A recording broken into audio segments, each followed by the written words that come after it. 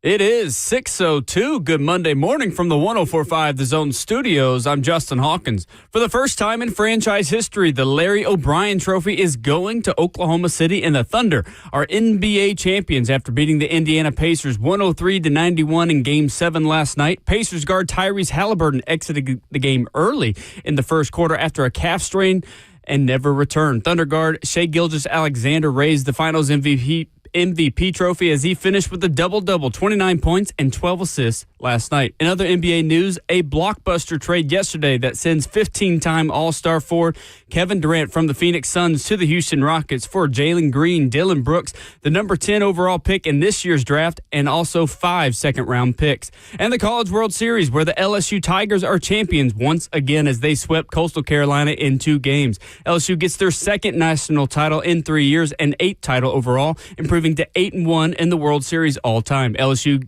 gives the SEC its 11th straight national title. For all your foundation repair and waterproofing needs, you've got to go to USSTN.com. Breaking news at once. On your home for the Titans and Vols, this is 104.5 The Zone.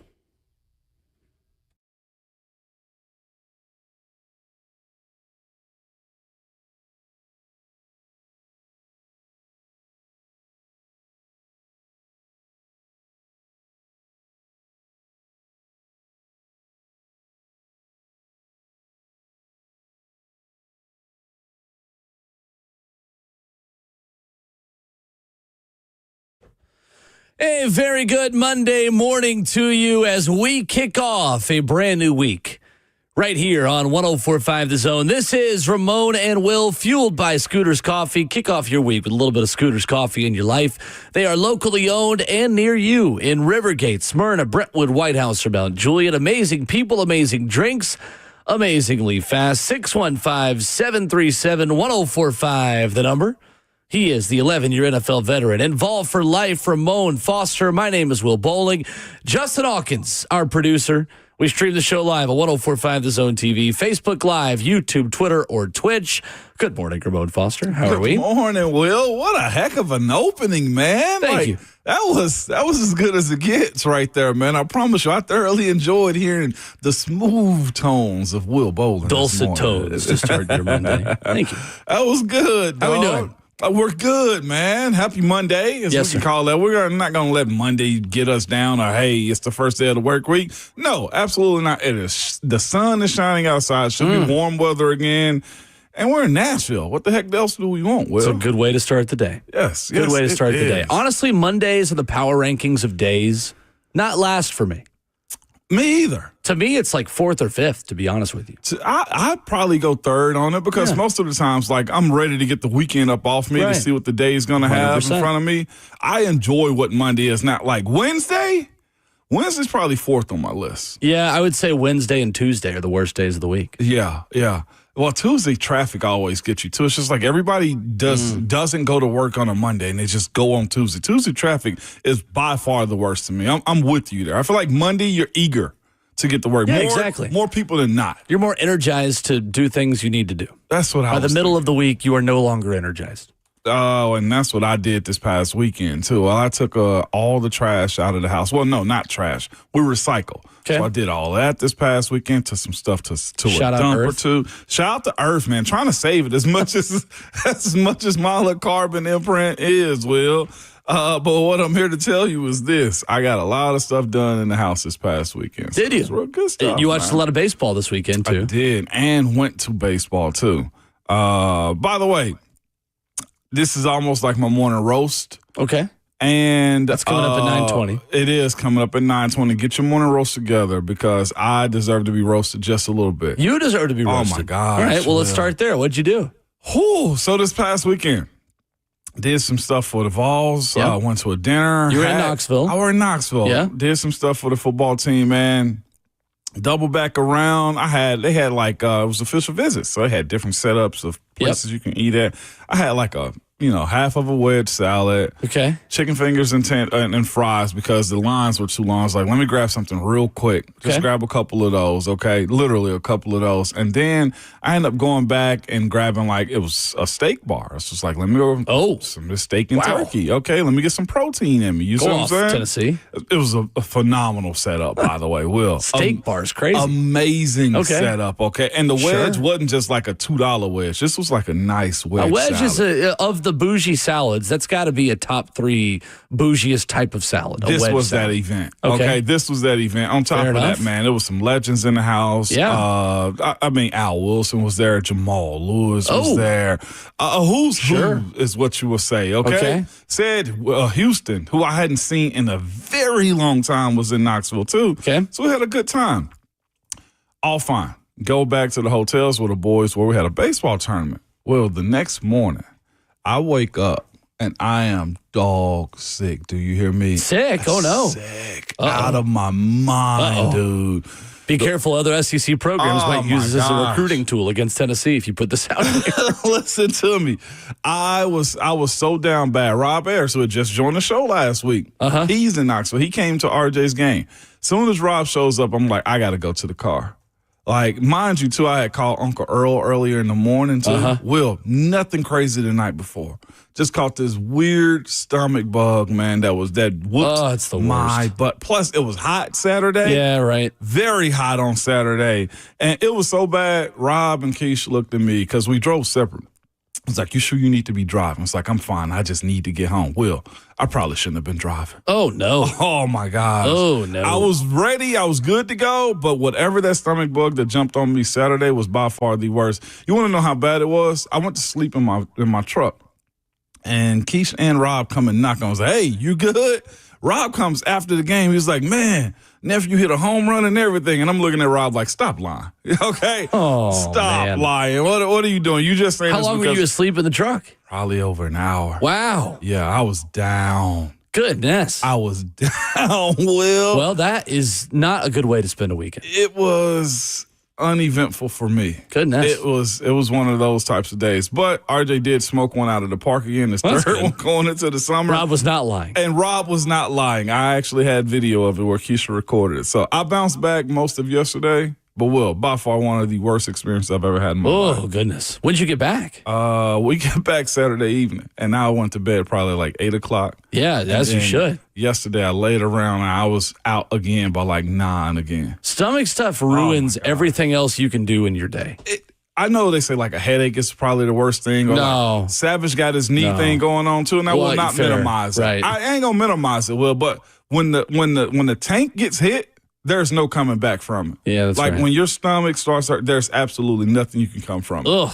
Yeah, Well, I I'm know. sorry to hear that. That's not fun. Yeah, no. Plus, it then you got to wasn't. drive back the next day, too, which was- driving on a stomach thing like that, you never know when it's going to hit you. You know how I got him to believe me? I was like, y'all, just let us get down this hill in Cookeville, and I let RJ drive all the way back. Oh, wow. I should have. But I was power houring through. Yeah, man. that's the classic, like, maybe I'll let you help me in a little bit. And then you never let Didn't anybody I help never? you. So Yeah. for that reason right there, I'm roasting myself. Boom, roasted. You should take that one. There you Mom. go. I should've Well, maybe let the food you ate should have been roasted a little bit more, then this wouldn't have happened. Well, this was an insane event for me. I hadn't had that happen. It was out of nowhere, man. Goodness. I got up Not at fun. there's a random IHOP in Knoxville that I left a lot of myself at. Oh, no. I'm just telling you. Oh, no. I think I've been there, actually. Yeah, the one off Merchants. Well, I Yep. went to one off of Merchants. I believe so. Yeah. Yep. Well, insane. Not fun. But other than that, it was a Not fun good at all. weekend. Yeah, other than that. Other than that, 615-737-1045. Lots to recap from the weekend. And a topic of the day this morning we are going to get to at 7:20 an hour two. Give us an underrated Tennessee Titan, past and present. Going to try something this morning on the show and see if it sticks and let you guys tell us if you like it or not. But we're going to ask you a question. We want you to give us a past answer and a present answer. So you can do that with us at Ramon and Will on the show this morning. Dr. Kevin Dyson going to stop by at 8:20 today. We'll talk with him about this part of the NFL offseason, what it was like for him as he prepped at the wide receiver position for the upcoming fall, his hopes on Cam Ward, the wide receiver room, all those good things. We handed out 2 trophies in sports over the weekend, did. Ramon Foster. The NBA Finals finished it up last night. Lots to react to out of that. Plus, LSU, national champions once again in the Men's College World Series. Got that for you coming up this morning.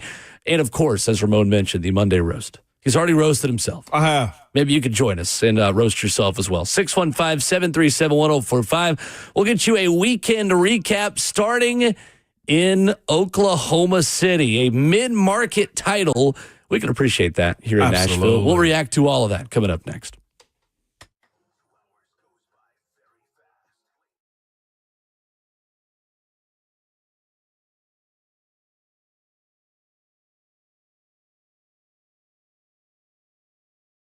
Is your concrete in need of repair? Maybe your sidewalk is shifting, your driveway is cracked or sinking, or your porch steps. Maybe they've moved on you. Shifted concrete can create a dangerous situation, just trip hazard around your home. It's also just a big eyesore. Whatever's going on with your concrete, call United Structural Systems. Ask them about their polyurethane foam injections. You've heard about USS for a long time. It's the same company that has provided superior foundation repair and waterproofing to Middle Tennessee since 1994. Well, they can fix your sunken or settling concrete.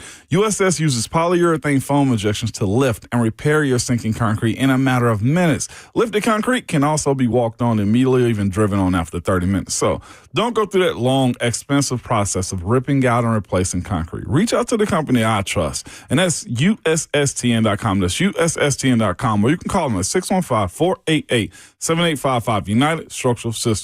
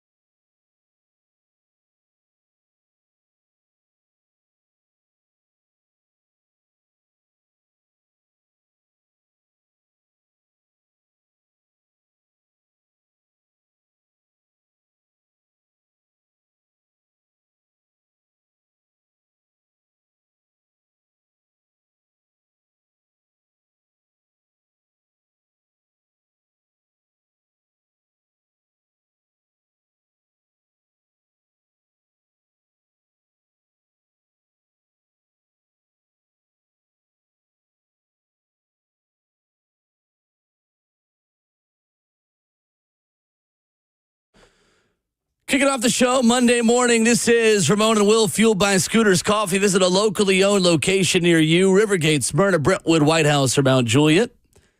615-737-1045. The Oklahoma City Thunder take Game 7, winning the NBA Finals yesterday. They went from winning 22 and 24 games in the 2021 and 2022 seasons to claiming the top spot in the Western Conference each of the last two seasons.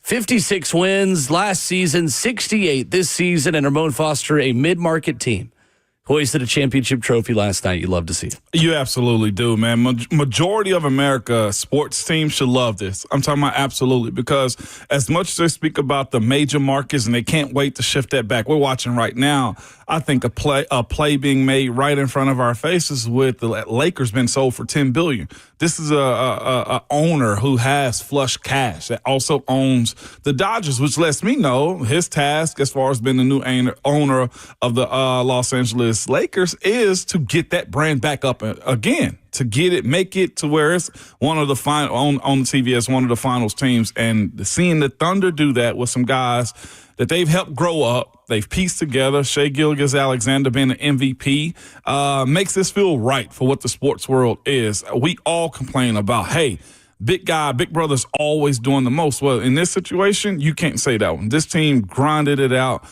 was a lot of grit that was needed for them to bring a title to OKC. A team, a fan base has been starving for it too.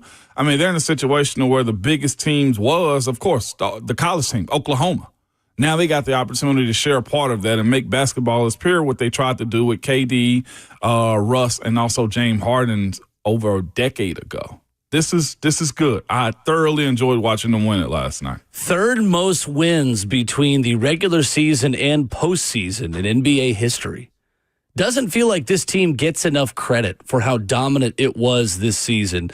Only the 2016 Warriors and the 1996 Bulls had more wins than this Thunder team from the regular season through the postseason. When you bring all those together with 84 of them, that's a pretty good list to be a part of. It is. No. When you talk about those two teams, the 96-97 Bulls, who share that with them with 84 wins, and then two Warriors teams, 2017 and 2015, who each had 83 wins. That's the company that Oklahoma City is keeping. And to be honest with you, if Chet Holmgren doesn't miss so much of the season with a hip injury, then this team probably is scaring the 2016 Warriors, who had 88 wins from the regular season to the postseason. Crazy. Again, it's the amount of talent and development within one organization finally showing up. You mentioned Chet. Remember, when he first came in as a rookie, he ended up missing that rookie season because of an injury, man. And for him to somewhat transform himself into a player that can sustain it at his size, that was always going to be the biggest. He's as big as a string bean. You know, it's the way you look at a guy like Chet.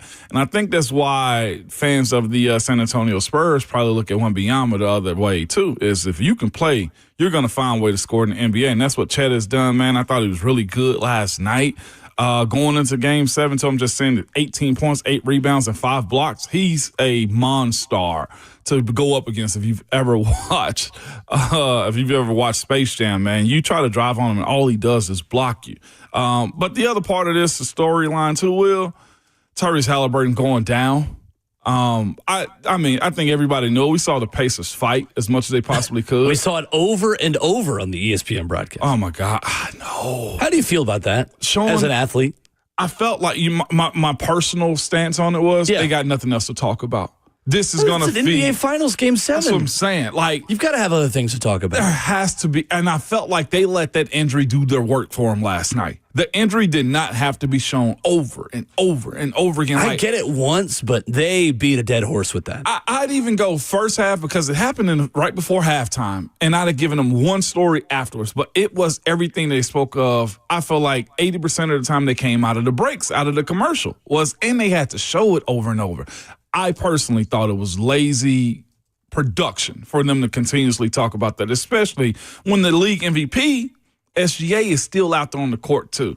And I know that injuries are going to be a huge talking point moving forward. But as far as last night go, it was the game. You acknowledge it, and I felt like they should have moved on a little bit. They just kept showing the ripple effect of his calf, and I was just like, y'all don't have to slow this down. We get it. He's out right now. I again, lazy is what I got out of it. Well, I hate when those networks do that. I do too. And when it's so obvious what happened, and it's so clear that this is a popped Achilles, a torn Achilles, a year-long injury. I mean, Tyrese Halliburton's not going to play next season. No. It feels to me like we're living in a world now where this is the gruesome injury in sports, right? We went through a long time where it was a torn ACL. The different ways you can surgically repair a torn ACL, that's not as severe to me now as the Achilles. Heck, even in baseball, Tommy John, there are different ways with the internal brace procedure to get back within a calendar year with Tommy John surgery. This is kind of the new gruesome top-level injury in a way that you don't want to be on the top. No. And it's scary, too. 100%. Because 100%. everybody that's gotten it has gotten the exact same way. Kobe's. His happened, too, like that for the most part. Heck, even close, locally. Lloyd Cushenberry's last year. You saw his make the. So to your point, Will, it is very scary. But then also, I think the storyline behind it that they could have waited to talk about was this is what they spoke of going into this game too. He had the calf issues, the same one that Kevin Durant was speaking of before his popped. And I felt it happened the exact same way. Going to make a move, got comfortable in himself. That's why I felt, what was it, game 5? Whenever he first got diagnosed with it, or it was 6. Either one of those two games. 5, yeah. You saw him gingerly moving around before he actually got himself into it. And I guess last night, adrenaline took over, and it finally gave. If now with what we know about those injuries, Kevin Durant felt it in his calf before he popped his. I'm not sure what Tatum's situation was, though, but Tatum tore his last year also, or the year before. If you have a lower body just injury, are you even chancing it moving forward, Will? Man, I mean, it's such a difficult conversation because Game 7 of an NBA Finals, how do you not chance it? Yeah. How do you tell Tyrese Halliburton, the star of this team, that he can't play and at least give it a shot? So he signed a Supermax, so he has gotten a Supermax. Meaning Supermax contract, for those who are unfamiliar, it's the largest deal that that you can get according to the collective bargaining agreement in the NBA. And that was a 5-year, $260 million. So he's taking care of himself that way. But as far as his career goes, moving forward, like if you are the Pacers, you side-eye him until he proves you that he's worthy of being back healthy again, that you can turn the organization back over to him. This also, to your point about him, they won't be in a position to compete with him next year. So free agency-wise, what do they do now moving forward to stay relevant? It's a major adjustment to what their franchise is moving forward. Major adjustment. Yeah, it's crazy. And I looked at it, too, last night. When his Achilles did pop, I said to myself, well, that's the game. Like, I looked at, for sure. For all the ratings conversation that we were having about, hey, this is a good matchup, it got to a point to me where they fought going into the halftime, and then after that, it was a wrap. It wasn't enough. I think that's why it's also super unique that every NBA team has to have one of those types of guys. You cannot win if you don't have a superstar on your team. And for all the flack that Tyrese Halliburton got from his peers, he is a superstar because when he went out, it was a wrap. Yeah, he suffered the calf strain in Game 5 of the finals. He insisted on playing, saying, if I can walk, I can play. And see, that's where ownership and sports psychology, I think, plays a huge part in it. Because ownership definitely wants him out there. But I don't know. To me, it's hindsight. He wants to be out there. It's not just ownership. But that's what I was going to say. To him, he doesn't want to leave his teammates behind. Well, his teammates don't want him to leave him behind. Exactly. I mean, there's nobody in that room going into Game 7 saying, like, let's just not chance it. But the health-wise of it, though, do you want to go through an entire calendar year of having a torn Achilles? This is the risk you take. Because what if you don't play him at all? And you are on the doorstep of history of your first title, and you can't get it. It's such a catch-22. Yeah, I mean, it's like you have to put him out there. You have to. He want to be out there. 100%. I mean, you're going to have to lock him in his hotel room in order for Tyrese Halliburton to not play in Game 7 of the NBA Finals. And that's where I think back as a Preds fan to 2017 or any team that you are a fan of that has been on the doorstep of winning a championship. You think of all the things that have to go right just to get to that point. And then it all comes down to one game in just 48 minutes. And you come up short and you think, oh my gosh, we had to get through this series. We had to be healthy going into the postseason. We had to get hot at the right time. You think of all the things that had to add up, that you had to survive just to get to that point. Heck yeah, you're going to play him. I mean, there's no other choice. So I guess my reasons for being very anti. I'm not very anti. If it's me, you know I'm going. Yeah, of course. I look at guys in this situation and say, well, what about the business side of it? What if he never gets back to being this version of Tyrese Halliburton again? Does ownership understand that? Does the fans understand that? It's part of it. This is just a part of the process. Sports. I mean, it's the dirty and dark side of sports, but what if you never get back to an NBA Finals? And you're thinking to yourself, what could have been? I held myself out after Game 6 because I was hurt, and now I'm never going to get back again. Yeah. It is the ugly side of sports. There's no doubt. Very ugly. Yeah. In terms of what you should do to help your team out versus how you should look at yourself, because this is going to be a 12-month recovery process for him, where it's mostly just him and his thoughts. Tyrese Halliburton in all 4 rounds of the NBA playoffs hit a tying or game-winning shot in the final seconds. Wow. The league's first player to ever do that in a single postseason. 17.7 points per game, a playoff-leading 9 assists on 46% shooting entering Sunday. His 197 assists were a franchise record for a single postseason. And he'd made 3 of his first 4 threes in this game as well. It's hot. He was so hot. You think they win the game with him for all 4 quarters? It's closer than what it was at the end. What was it, 11-point win for him, if I'm not mistaken? Well, he pushes him. At the rate that he was shooting, the confidence that he was putting back into his teammates, and also this side of it, too, there's a fear component that, look, you better cover him. Because like you said, looking at his situation, he has nothing to lose as it pertains to tomorrow and it being a Game 7 or that Achilles. And you saw his movements early, too. Like, he was getting free easily on them, and he was just basically tossing the ball up. He hit one from the logo, I feel like, last night. He shot it so deep. So, yes, the earlier parts of that game, I felt like there could have been an upset that could have happened. Now, it was going to take a whole lot of physicality and a lot more shots the way he was making them early on, but they were cruising, I thought. And even when he was out, they still held like a 7-point lead on them. They just didn't have enough for another person to go score and help them get out of those ruts that they began to get in. They got to a point, Oklahoma, I felt like, where they were, and I like to say this, the Monstars, they just looked bigger. They were stronger, and they had the ability to just score whenever they want to. SGA is just that good around the rim. And there was only so much TJ McConnell could do, too. Yeah, 103-91, 12-point victory for OKC, taking Game 7 and winning a first NBA title. 84 wins between the regular season and the playoffs. Well, from a new team hoisting a trophy to a familiar one, LSU wins its 8th national championship in college baseball, sweeping Coastal Carolina, and they did so in impressive fashion. A little bit of controversy around this one as well that we'll get to coming up in a few minutes, but after starting 19-11 in conference play, that was the record for LSU through the SEC calendar. This is the new normal in college sports.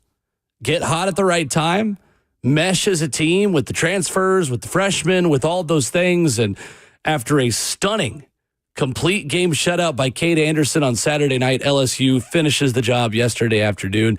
National title number 8, second in 3 seasons. Jay Johnson's team is the gold standard of college baseball. They are. And it is very easy, Ramon. It was very easy to make the argument and say, oh, well, I mean, you just had Paul Skeens a couple of years ago. You just had Tommy White a couple of years ago. You went out and bought a team. You ascended a super roster. Going to be hard to do that over and over. Credit to you. You won your one title, but let's see if you can sustain that. Well, what does Jay Johnson do? He goes and does it all again. Assembles another unbelievably good roster on the mound, at the plate, mature team, good defensively, just all around juggernaut again this season, and it is certainly a deserving national champion. It was, man. And not just that, Will, to your point about building a super team, the bullpen was amazing. right? I think one, if not two, of their pitchers are in the top 30 as far as it pertains to the draft coming up too. Who's the winning pitcher was it yesterday? Saturday was Cade Anderson, who might be a contender to be the number 1 overall pick of the MLB Just draft. insane to me. Yesterday's pitcher too, if I'm not mistaken, they said it was 30th as far as the MLB goes too, as far as the ranking for the draft. They're just good at almost every position, every spot, and starting at the bullpen first. But again, the bats got hot at the right times. They even had one of the players in a rut for a very long time. He finally got a hit in the RBI yesterday too. It is a good team. To your point, Will, being the gold standard, they set back for a year last year, lost in the regionals, and now they're back winning the World Series again. Again, this is baseball, the way you got to look at LSU. And not just that, I think their coach even said too, what was it, about 9+ transfers or new guys coming in too to help win this championship. Yep. This is how you just have to do it. So it goes.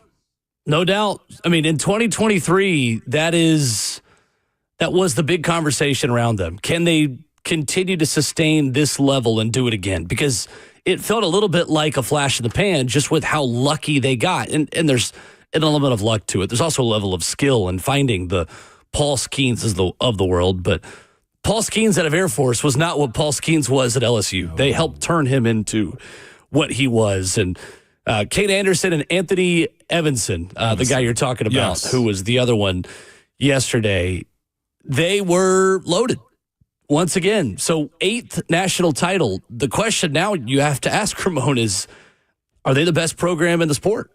Because to me, I don't know how you can make an argument against it, considering the only team really that could solidly make a claim having more titles in USC doesn't have one in decades. Yeah. Their last one was in 1998. Texas has a lot of history in college baseball, but again, you're going back a little bit to go to Texas's last championship. This is just kind of who LSU is to me now. They are the gold standard of college baseball. Yes, they are. And they win like it. Not just that they put guys in the league. You know who they are. They got one of the best pitchers right now in the entire MLB in Paul Skeens. He's the best pitcher alive right now. They developed 100%. him into that. He wasn't this guy. And it seems to me they do the exact same thing with the guys that are in the bullpen right now. But you mentioned just the small things with them. They have the discipline, Will, in the field, I feel like.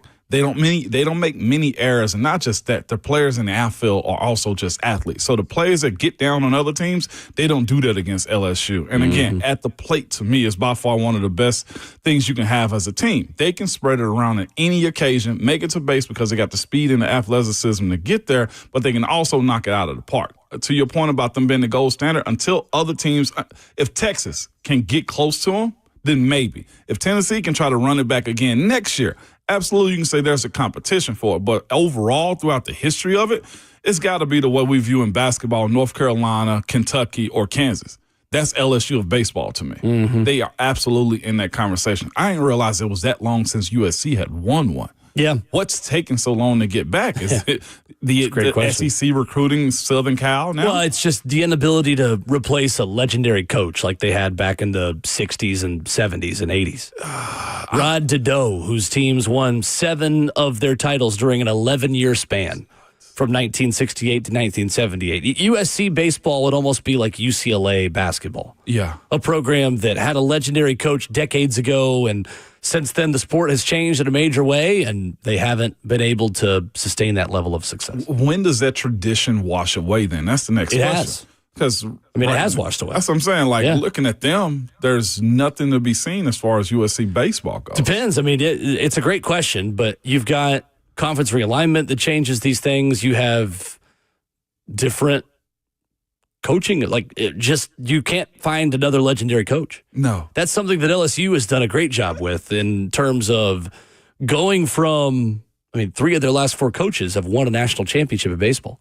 And Jay Johnson now following Paul Mainieri, who retired, then kind of went to South Carolina and awkward and all those things. And, of course, the legendary LSU coach being Skip Bertman, who retired as head coach to become athletic director, then hired one of his assistants, who is the one guy who didn't win a national title of the last 4 in LSU baseball. Who also came on the field last night in a wheelchair. Yeah. He is like the the guy, The God. for LSU baseball. Oh yeah. So sure. this is what Texas is attempting to do to go take A&M's coach last year, Schlossnagle, right? They're trying to go find a coach that can usher them into Texas? it. Yeah.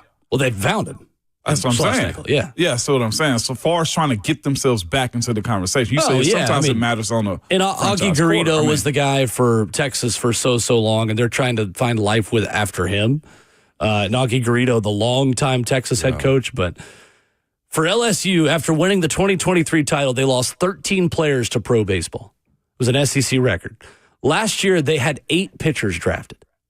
This team, again, largely new roster, started 19-11 in conference play, and it's easy to forget how much Little Rock pushed them to the brink as well. Yeah, this is very That was like true. the one team that gave them the most trouble. But I agree with what Ryan McGee wrote yesterday at ESPN.com, that they are the best program in college baseball, best all time.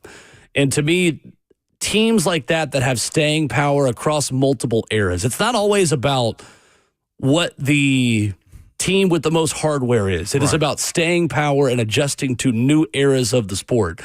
And right now, it's LSU 1 and Tennessee 2 in terms of program health today. Yeah. Tennessee, obviously, with only one national title, not in the same conversation as Texas Currently. as all-time programs. But in terms of program health today, who is the best program in college baseball right now? There's kind of an undisputed 1 and 2. It's Tennessee, who's won the most games since the transfer portal and NIL era began. And it's LSU, who's got the most titles with 2 of them. Does that loss to Arkansas knock them down that much further? Tennessee? No. Arkansas in general. We're speaking about like teams that's won a lot. Arkansas has won a lot and got a lot of history.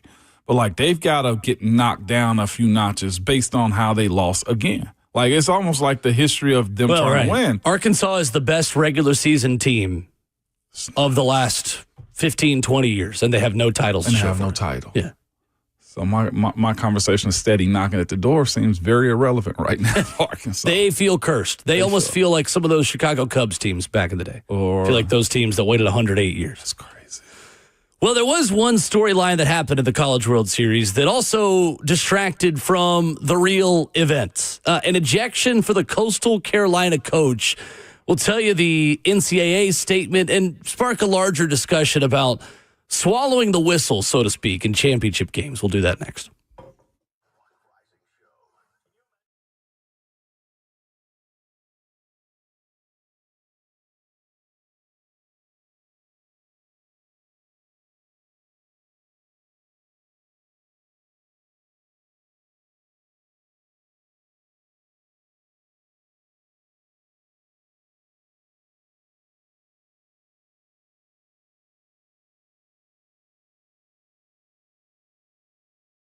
It's Ramon Foss for Hiller Plumbing, Heating, Cooling, and Electrical. Good people, nobody wants to deal with a plumbing, HVAC, or electrical emergency. Most of the time, you don't know what it's going to cost or if it'll get fixed right, or if somebody's just trying to sell you something you do not need. When you call Hiller, their experts are going to solve your problems quickly, and they just mean that, man. Also, the price you're told is also the price you'll actually pay. There are no hidden fees or surprises when you get your bill. Their motto is this: happy your bill, the service is free, and they absolutely mean it. If you're not satisfied with the work, if there's an issue, if you don't call them back and they can fix it for you, your service is free, and that's just how they've always rolled, too. Their techs are always very professional, experienced, and trustworthy, and they always have background checks and the drug screen. And the cool part is, when they're on their way, you'll receive a photo of the tech and a link to track them in real time, so you're not sitting around wasting time on waiting for somebody to come to your house. Listen, if you have any issue, whether it be heating and cooling or electrical or plumbing, reach out to the company I trust. You can visit their website at happyhiller.com.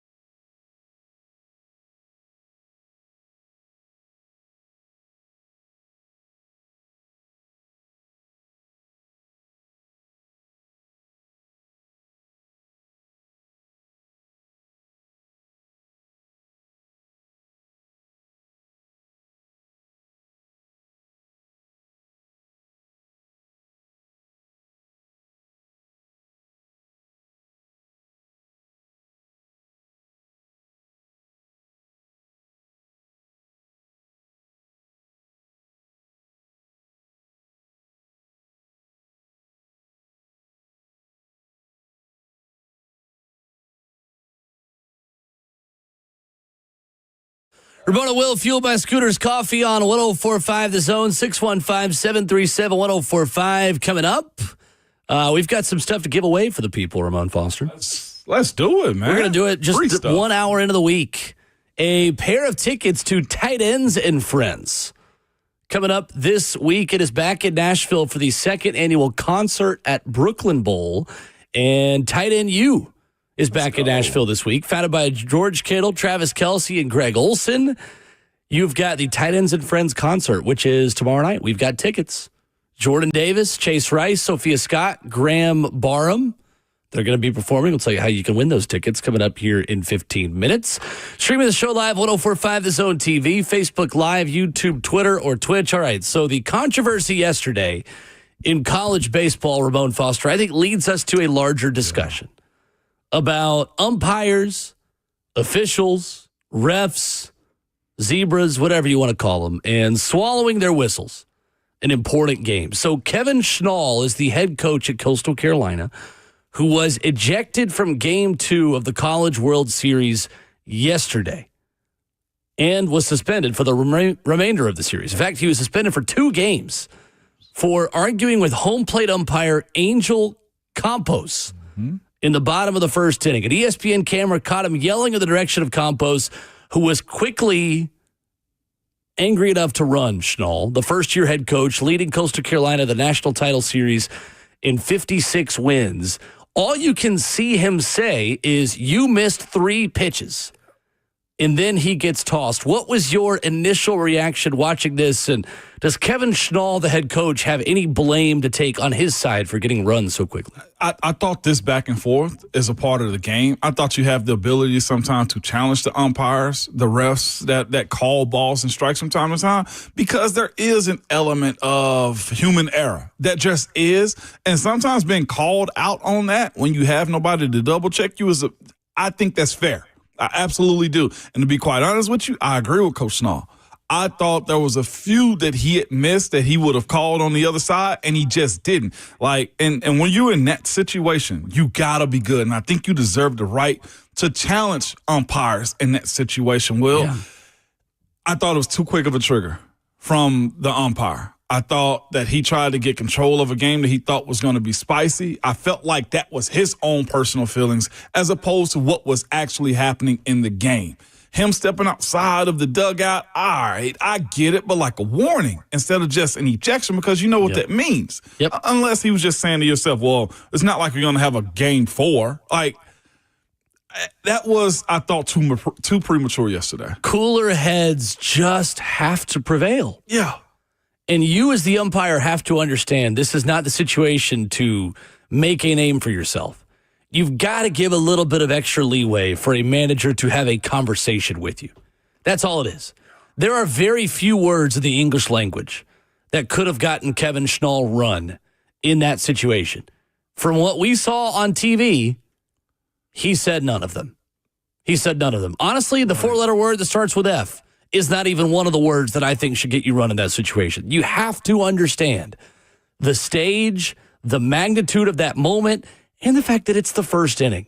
I know that reportedly he'd been given a warning already. Yeah. The NCAA statement said at the bottom of the first, Kevin Schnall and Matt Schilling, the first base coach, were ejected for continued arguing about balls and strikes after being warned initially by the umpire crew. NCAA Rule 36F Note 1 states that balls, strikes, half swings, or discussions about hit-by-pitch situations are not to be argued. After a warning, any player or coach who continues to argue balls, strikes, half swings, or a hit-by-pitch situation shall be ejected. That is the official NCAA statement. You also have to have a cool-down period from that warning. Yeah. That's the thing. That warning had not taken place for enough time for you to really say, oh, I'm already going to run you. Like, give him an inning to cool down. Give him 2 innings to cool down. If this is happening in the 6th or 7th inning, maybe we're having a different conversation. Right. But in the first inning, there is no way in the world that you should get ejected from a game like that. I thought Angel Campos was absolutely horrific. Absolutely horrible in this circumstance. He should not touch the dirt at Omaha ever again for the rest of his career. Ever again. No doubt. And the other part of it for me was the additional games that were added on top of it too. Yeah. Right. If the season had continued, if the series had continued, he wouldn't coach Game 3 tonight, which is not necessary. Kevin Schnall also had a comment after the fact too. He was just speaking about how aggressive he thought the umpires were. He said there was a guy who came in extremely aggressive, tripped over Campos' foot, embarrassed in front of 25,000 people, immediately goes to 2-game suspension, said bumping the referees when he tripped on his own. Like the second base umpire literally was pushed down by his own umpire. We had flopping in the NBA and the College World Series last night. But here's the other part. Like, you know what those coaches mean to those players. Schnall came out and said his first base coach is the coach he trusts the most with almost anything. So you throw him out and the head coach at the exact same time. Will, this wasn't like the 4th or 5th inning where they've been jawing back and forth to the other side. It was, like you said, here's my opportunity to be a star to show you that I control every game that I'm a part of. There weren't even sunflower seeds at the dugout floor yet. It wasn't. It's really that simple. We hadn't even made it to the 7th inning stretch. We can't even get up and sing anything right now, man. What a Cracker Jack's at. Do you remember a couple of years ago when Tennessee played Clemson? Yeah. In the regional round. Yo. And in the middle of an inning break, Cam Canarella was just randomly thrown out for the game. Mm-hmm. You know who the umpire was in that game? It wasn't Campos. Angel Campos. No. Angel Campos, whose major league career ended in 2014, was no longer a Major League Baseball umpire after 2014. In 585 games as a Major League umpire, Angel Campos ejected 23 people. That's insane. These are the kinds of thin-skinned people we cannot have close to championship sports. Yeah. Championship sports. If Angel Campos wants to be a ref or an umpire in college baseball, fine. Yeah. How on earth are you, the NCAA, putting this guy inside the white lines of a championship game? He should not ever touch the dirt, not only just in the stadium. Don't let him in the city. Don't let Angel Campos anywhere near Omaha. If he wants to do a regional, fine. He should not be doing anything that is of importance in the super regional or Omaha round. Right. No chance. Completely ridiculous. And I have no time either for the LSU fans and media saying, like, whoa, well, those are the rules. No. We have got to have a little bit of leeway in championship situations. I say that as a team with no dog in the hunt. Right. No dog in the hunt whatsoever. This ruined, essentially, a championship stage for Coastal Carolina. Who knows if they would have won or not won just the game. Like, LSU is that good. I don't know if they were going to beat LSU with LSU at its best in a game 2 or 3 anyway.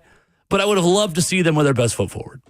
And you know when you kick out the head coach in baseball, this types of stuff, like they get run at that point. Yeah. And they tried to fight. The worst part of it all, if you go back and look at the second base umpire, the moment he fell, look back, look over his shoulder and held up the 2 for 2 more extra games, by far one of the corniest things ever. Like, there was just no need for something that was self-induced by themselves. One, the ejection in the first inning, but then this big blow-up that they also had, too, by injecting more than one coach is out of bounds, the way I look at it. And I think, too, you have to be able to have a conversation. That's what Kevin Schnall said after the game. He said if that warranted an ejection, there'd be a lot of ejections. Right. As an umpire, it is your job to manage the game, the national championship game, with some poise, calmness, and a little bit of tolerance. He said he asked for an explanation about his warning and was shooed away by the home plate umpire. That's the problem. Not okay. That you cannot be shooed away for asking for an explanation in the first inning. 615-737-1045. We have got Athlon Sports preseason college football All-American teams. Is it an overreaction to already say Arch Manning is a first-team preseason All-American? Because he is. And we'll talk about that next.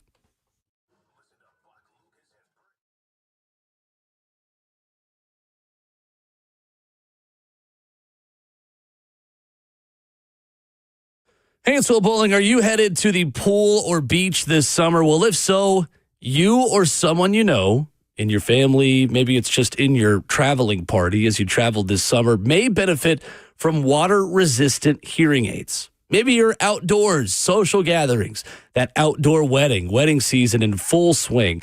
You might benefit from hearing aids that also significantly reduce background noise, enabling you to hear and understand conversation. I want to tell you about Brentwood Hearing Center. Their doctors of audiology offer the latest hearing device technology and, yes, a water-resistant hearing aid that will also help you hear in those situations, weddings, cocktail parties, social gatherings, where you find it difficult to engage in conversation because of background noise. Give them a call today, 615-377-0420, or visit them online at BrentwoodHearingCenter.com. This affects people of all ages. I was eating somewhere over the weekend, and I'm sitting in the middle of this crowded restaurant. I can't hear the person across from me, but I'm hearing the table behind me great. Well, if that's you, then you're going to benefit from this hearing device technology at Brentwood Hearing Center. They're online at BrentwoodHearingCenter.com or call them, 615-377-0420. That's Brentwood Hearing Center. Better hearing, better life.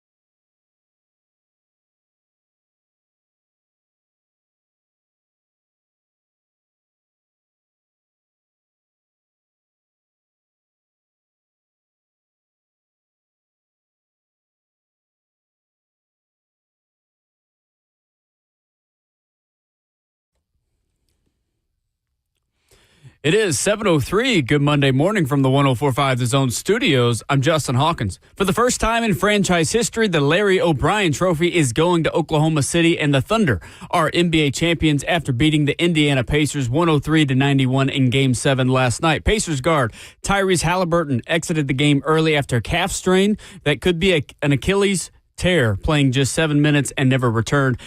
Thunder guard Shai Gilgeous-Alexander raised the Finals MVP trophy as he finished with a double-double, 29 points and 12 assists last night. In other NBA news, a blockbuster trade yesterday that sends 15-time All-Star forward Kevin Durant from the Phoenix Suns to the Houston Rockets for Jalen Green, Dillon Brooks, the number 10 overall pick in this year's draft, and also 5 second-round picks to go with it. And in the College World Series, where the LSU Tigers are champs once again as they swept Coastal Carolina in 2 games over the weekend. LSU gets their second national title in 3 years and 8th title overall, improving to 8-1 in the World Series all time. LSU gives the SEC its 11th straight national title. For all your foundation repair and waterproofing needs, you've got to go to USSTN.com. Breaking news at once on your home for the Titans and Vols. This is 104.5 The Zone.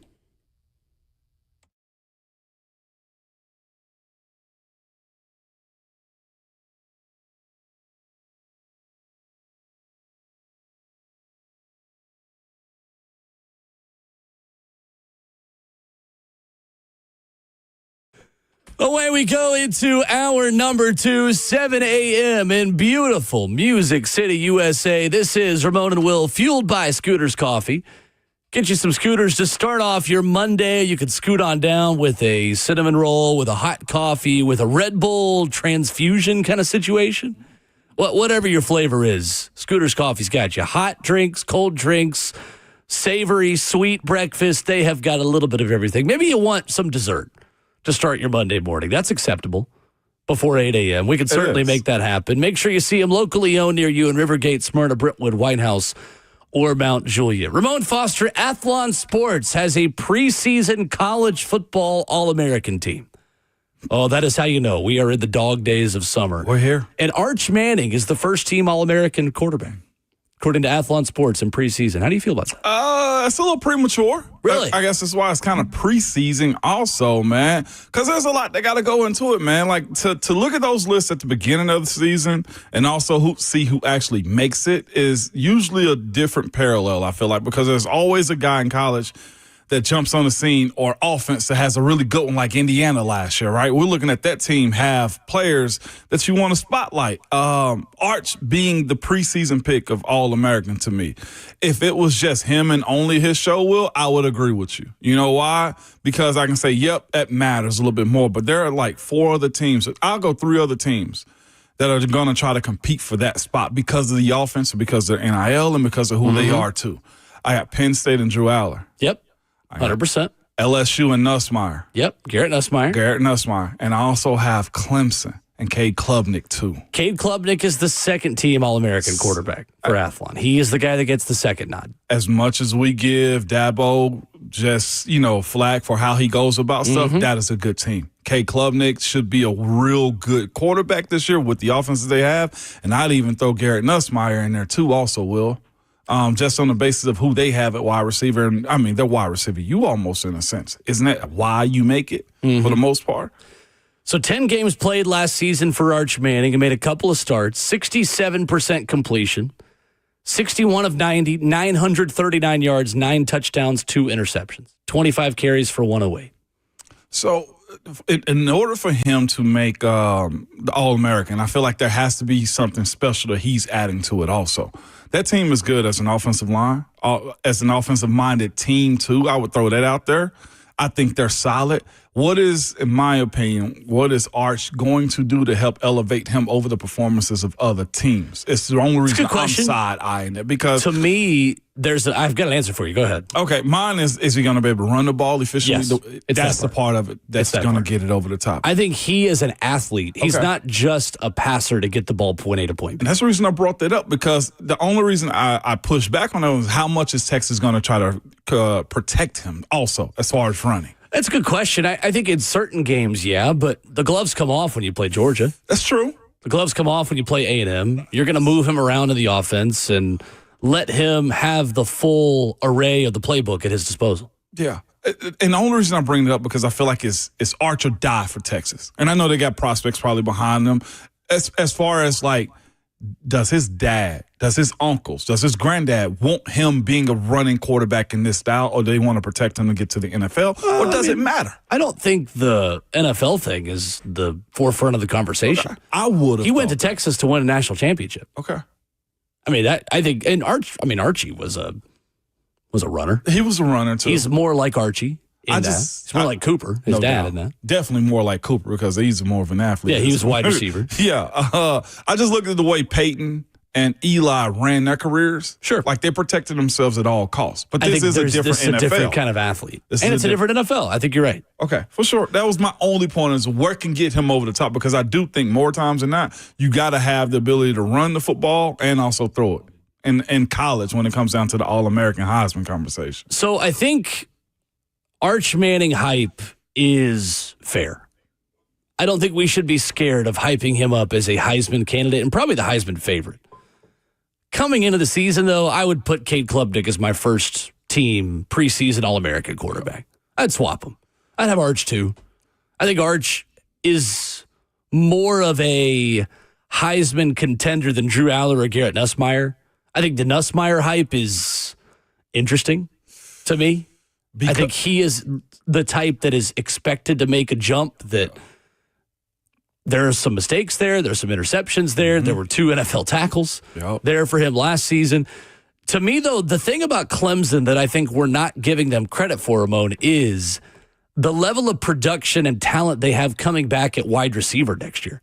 They've got 2 of the top 10 wide receivers in the country, according to ESPN.com's top 10 receiver rankings from Max Olson this offseason. And I think they're very fair.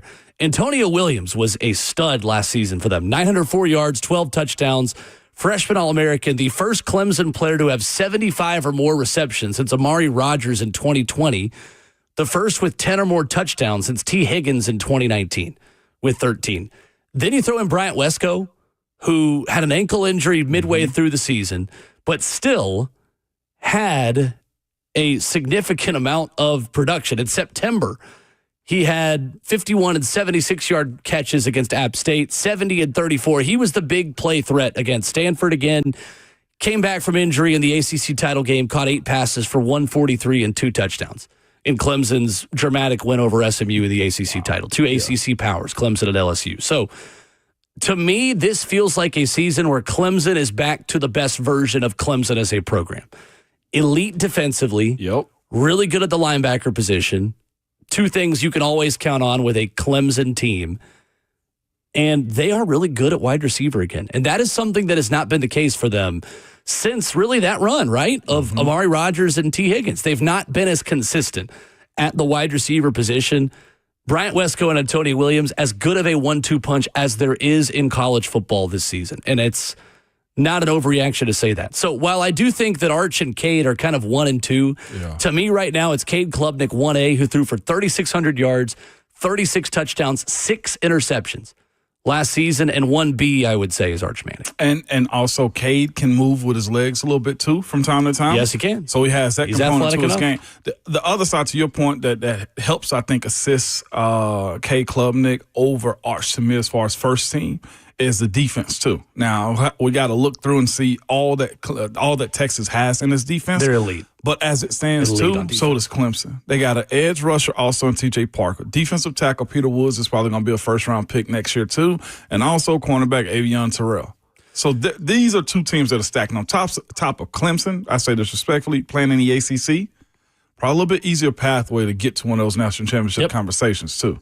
Both teams with multiple first-team All-American preseason picks from Athlon Sports. Colin Simmons for Texas, who's going to be a guy you'll hear a lot with the Titans. Yeah.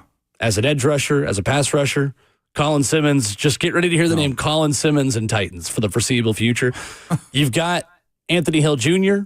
coming back at linebacker for Texas as well. I mean, you've got a lot of defensive talent on both these teams.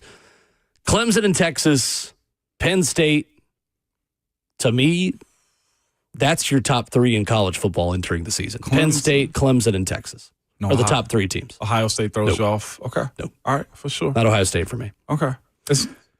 Go ahead. I was going to say it's going to be fascinating, though, to see how Lenore Sellers does this year, and also Florida's quarterback too, DJ Lagway. Yeah. I'm interested to see if either one of those takes a huge jump. Yeah, as much as we've talked about them in the SEC. Lenore Sellers, DJ Lagway still isn't in that neighborhood for me. He didn't play enough last season for me. And I know you could make the same argument about Arch Manning. Arch Manning is a generational type prospect. DJ Lagway is a good prospect, but I still need to see it a little bit more. Yeah. With DJ Lagway, Sellers, we got a whole season of him kind of elevating that South Carolina program. I mean, we're talking about some of the top 10 quarterbacks in college football. I would throw Sam Levitt at Arizona State in before I put in Lagway and Sellers. Sam Levitt's got a good to be honest with you. Going. We got some tickets to give away, Ramon Foster. Let's do it, Will. Here to start off hour number 2, Tight Ends and Friends is back. And it's star-studded, as always. You've got this great event here in Nashville, once again, founded by George Kittle, Travis Kelce, and Greg Olson. Tight End University is celebrating its 5th year of bringing tight ends from across the NFL together to elevate the position and give back to the community. Tight Ends and Friends, their concert, their second annual concert, is tomorrow night at Brooklyn Bowl. Jordan Davis, Chase Rice, Sophia Scott, Graham Barham, caller number 5 is headed there. 615-737-1045. Caller number 5 right now is headed to Tight Ends and Friends. You can party with the tight ends tomorrow night. Brooklyn Bowl here in Nashville. Jordan Davis, Chase Rice, Sophia Scott, Graham Barham. 615-737-1045. That is 615-737-1045. Caller number 5 heading to the Tight Ends and Friends concert. Best of luck. That's a good ticket. Yes, it is, man. A lot of stars, man. A lot of future stars. Also could be some of your guys there. You expect to see Gunnar Helm at this? Perhaps. Should be. It's a good question. Most definitely. I know Chig is going from year to year, too. So get in there, man. That is a great group to be around. I'm glad they're keeping it here in Nashville, too. Yeah, absolutely. Nashville's the place you want to be. It is. Although it's hot this week. Oh. Yeah, it is. Absolutely is. The whole country is. The entire country is. 615-737-1045. Loaded phone lines already. So looks like Justin already has a winner. When we come back, we invite your participation once again because we are looking for underrated Tennessee Titans, past and present, who on the current roster and on past rosters doesn't get the credit they deserve. We'll talk about that next.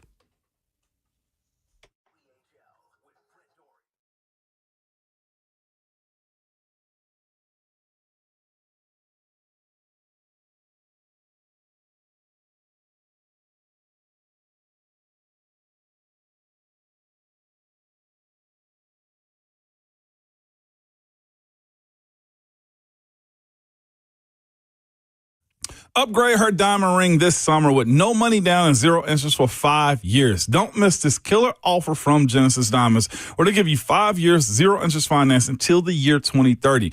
Not just on engagement rings either. It's also on earrings, bracelets, bands, colored gemstone jewelry, pre-owned Rolex watches where you can buy now, pay nothing, and spread your payments over 5 years with 0 interest. So that $5,000 gift comes out to just about $85 a month. That luxury pre-owned Rolex starts at $150 a month. This is an insane offer from the jeweler that's always finding ways to bring you more value. All GI certified diamonds are also included in this. They're rounds, princess cuts, ovals, pear shapes, cushion cuts, emerald cuts. Whether you get a $5,000 diamond or a $50,000 diamond, you can spread your payments over 5 whole years. Lab-grown diamonds are also included, and you get the Genesis value price on everything, where you pay 0 down and spread your payments over 5 whole years. But hurry, this offer is a limited one, okay? It ends June 30th and will not be extended. Genesis Diamonds are located in Green Hills and Cool Springs.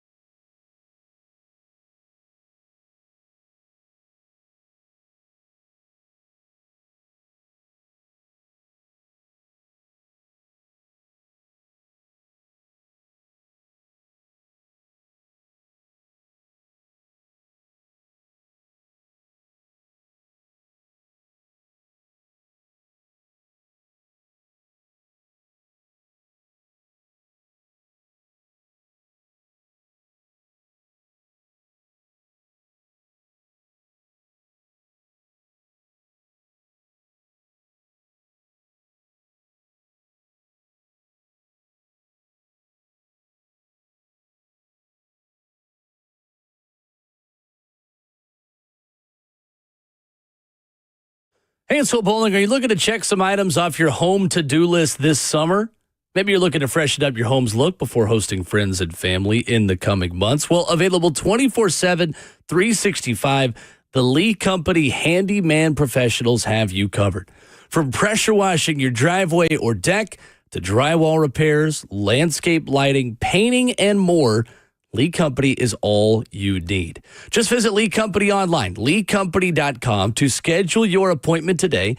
Again, that's leecompany.com, or you can give them a call, 615-567-1000. Lee Company has over 80 years of experience here in Middle Tennessee. They've been trusted since 1944. I love working with Lee Company because they have so much that they can do for you. So many things, whether it's HVAC, plumbing, electrical systems, you name it, Lee Company. This time of year, summer, great time to make sure that everything's working the way that it's supposed to around the house. 615-567-1000. They are online at leecompany.com. That's Lee Company, all you need.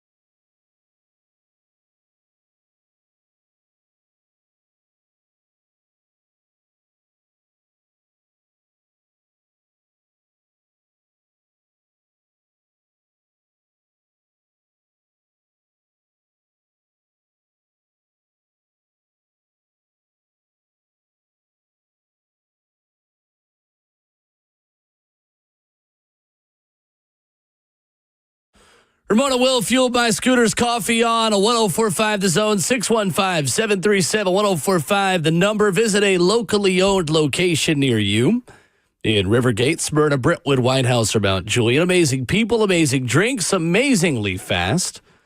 615-737-1045 is our number. Who on the Tennessee Titans, Ramon Foster, doesn't get the credit they deserve? I'm looking for past and present on who doesn't get the credit they deserve. Let's start with the present. Who on this current Tennessee Titans roster is underrated, doesn't get the credit they deserve? I got two to come to mind. I'll give you one. A guy that's been here. I go Amani Hooker.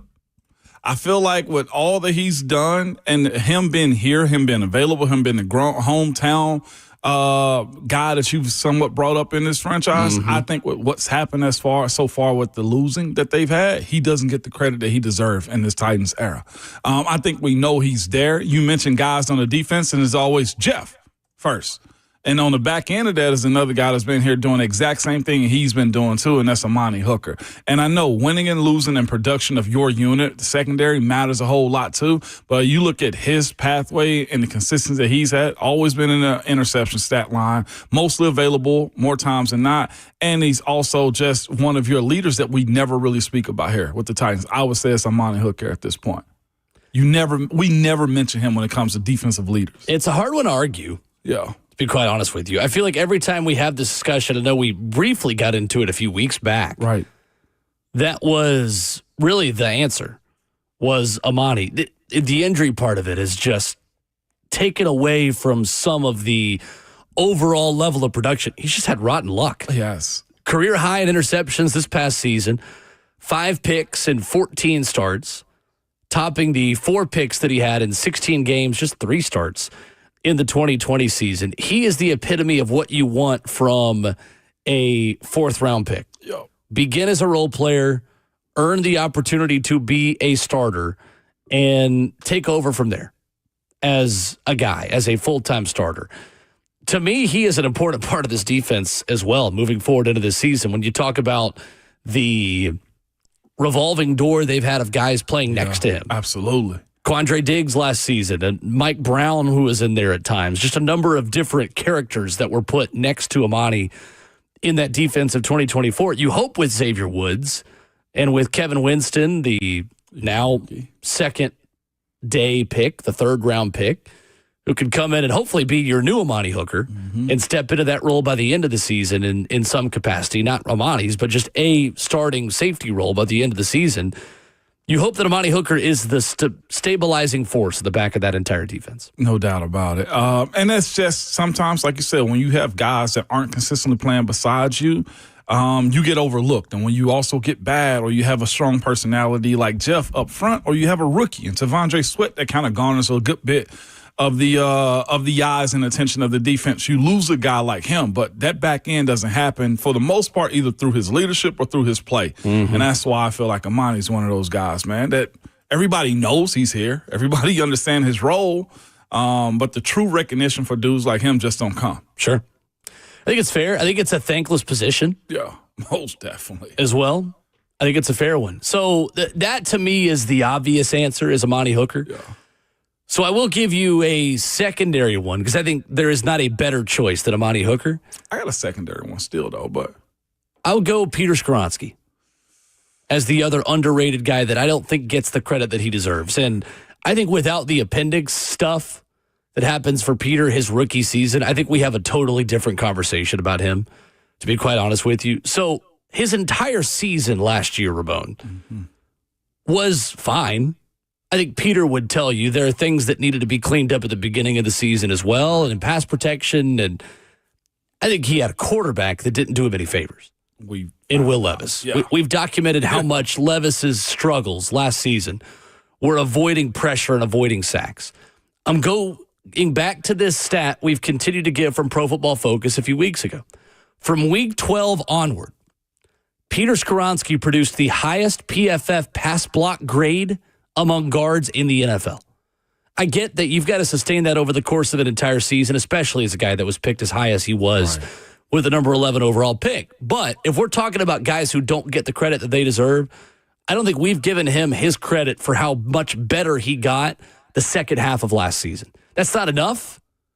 We still needed to see that for 17 games and 18 weeks, but at 24 years old, Peter Skoronski is still the same age of a lot of rookies. No doubt. And a lot of second-year players. He's going into his third season.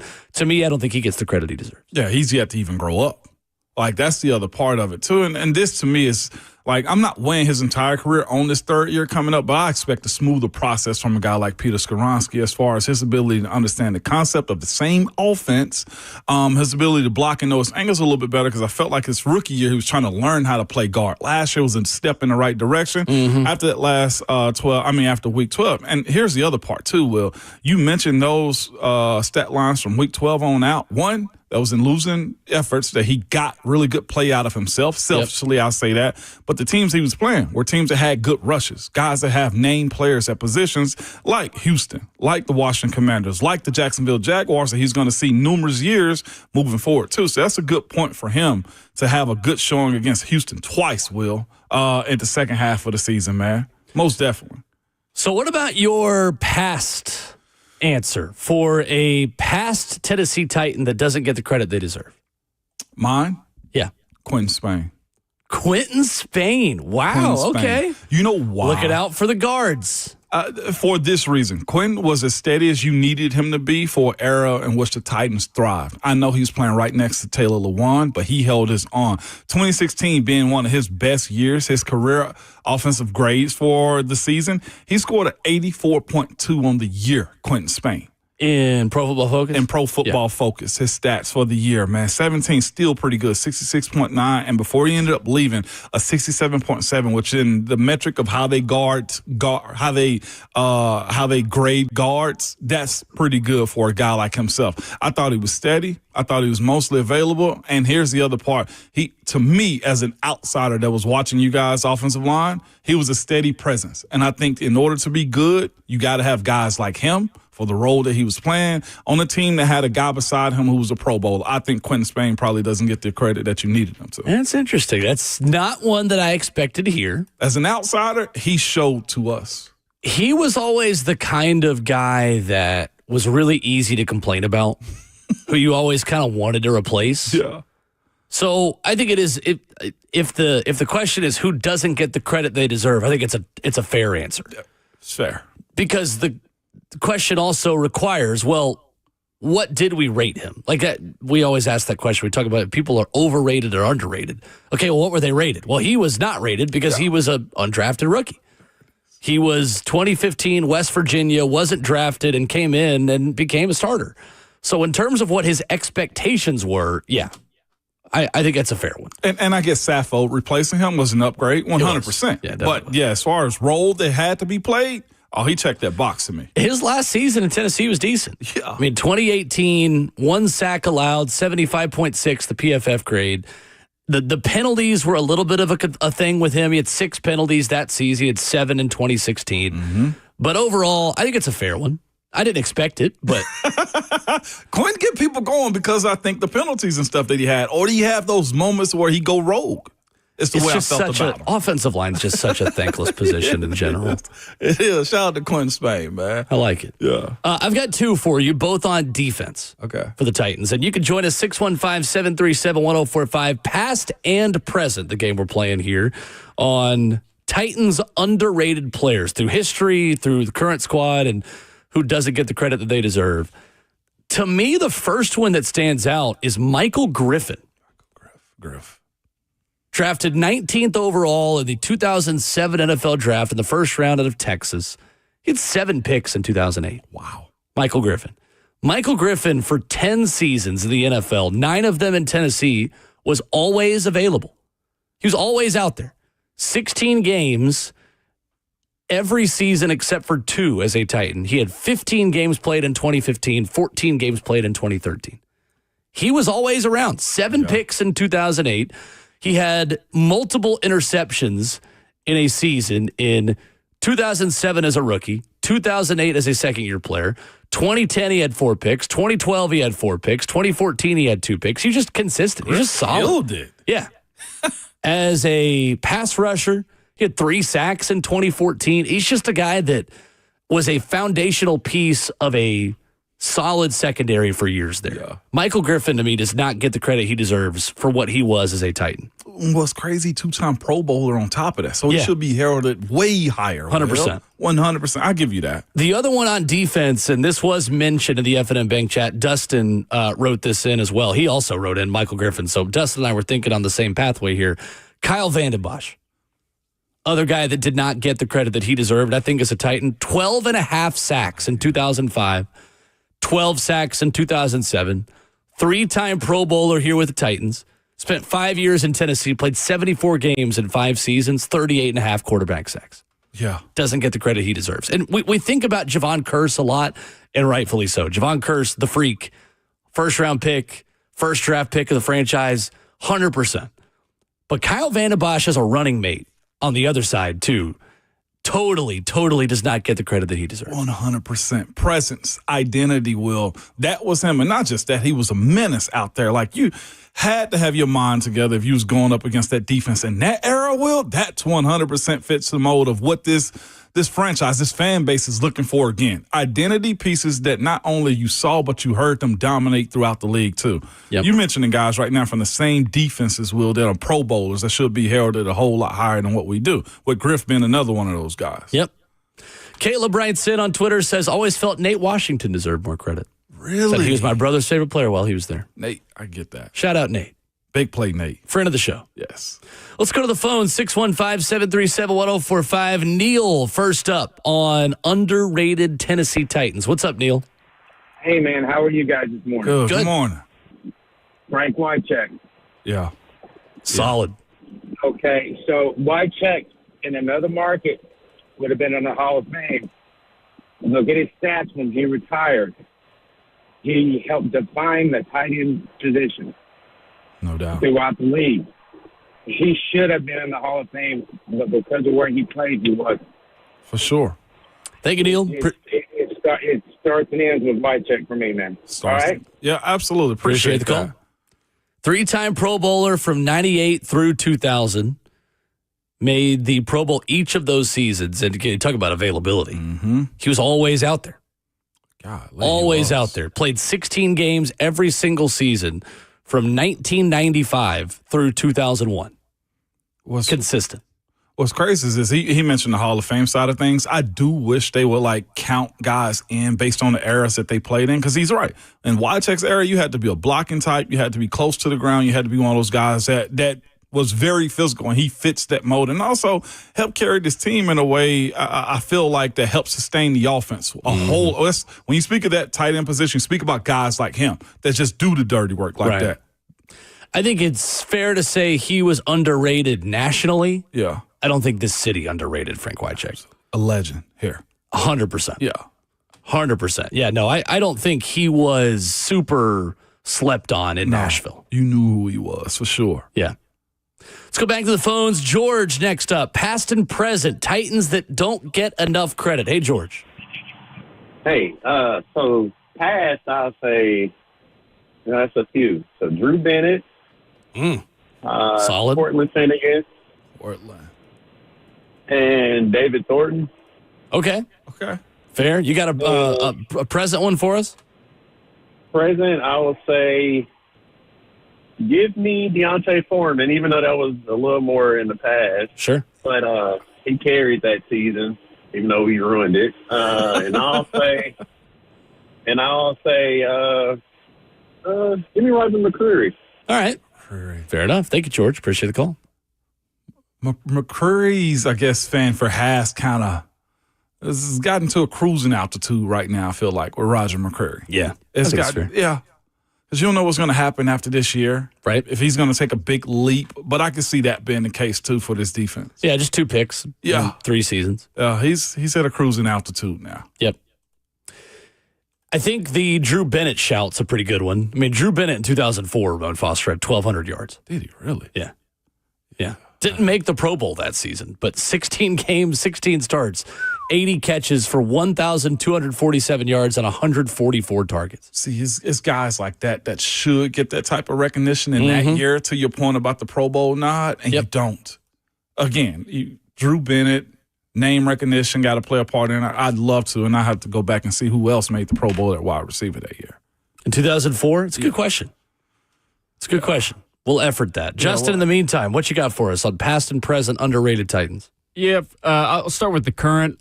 The last caller took mine on Roger McCreary. I think going into a contract year, he's got to show up. And he's been pretty consistent. You know, he's been on the field. He's been healthy. I think that this season's going to make or break it for him. But I think he's been pretty consistent. I think that he's pretty underrated because you know, in a cornerback room that's kind of lackluster, I think Roger McCreary has been good for them. And for a past, I'm going to go with Jayon Brown. I think Jayon Brown was a really good linebacker for the Titans. Okay. He, you know, a little bit undersized, but very consistent production. He played here for 5 seasons. And, you know, he had 1 season over 100 tackles, but really good coverage linebacker. And I think that he's underappreciated as one of the better Titans linebackers in their history. I think as a coverage linebacker, yes, I would agree. I think as like a secondary piece on a defense, he's been one of the better second linebacker options this team has had. I agree. I ended up getting that wide receiver list, too, from the Pro Bowl. In 04? Yeah, I've got it here, too. You got it, too. Andre Johnson, Hines Ward, Chad Johnson, Marvin Harrison. Yeah. On that one. That's a hard nut to crack right there. To be quite honest with you. Yeah, it is. It's pretty legit. Marvin Harrison, yeah, it's pretty much a different conversation there, Will. In the F&M Bank chat, UW writes in, says 2004, Derek Mason led the NFL in catches. No Pro Bowl, no All-Pro. 96 catches that season for D-Mace. Is that really the market at that point? In that era of voting, too, yeah, I definitely think the big markets matter a little bit more. Yeah, a little bit. You got to look at Indy, too. They had Peyton. Mm-hmm. That plays a part. Wow. I think D-Mace also underrated. Yes, very much so. I know A.J. Brown was who he was, but Derek Mason had some unbelievable seasons for the Titans with him and Mac 9. 615-737-1045. Loaded phone lines. You can tell us past and present. Who are Tennessee Titans that don't get the credit they deserve? We'll get to your phone calls next.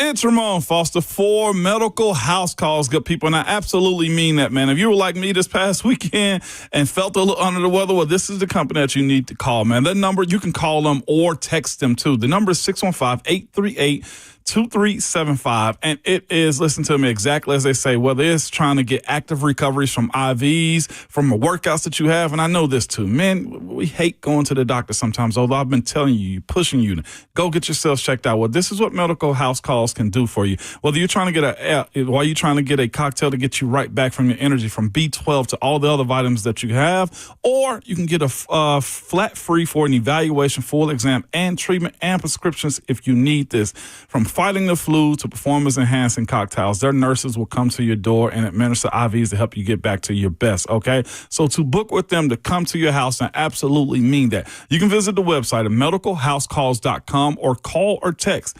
615-838-2375.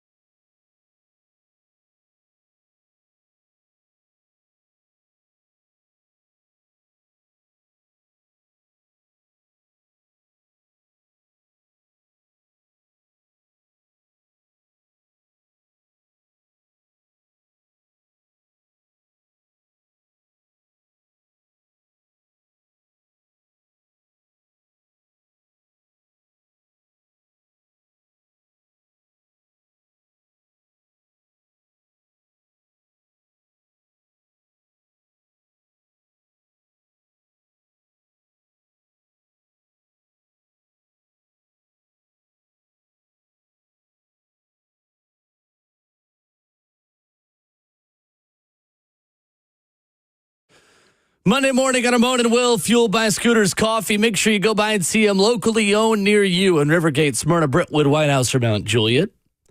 Ramon Foster and Will Bowling. Who in Titans history doesn't get the credit they deserve? 615-737-1045, our number. Matt is up next. Go ahead, Matt. Morning, guys. Morning. I've got the clear answer. Okay. It is Lorenzo Neal. Low.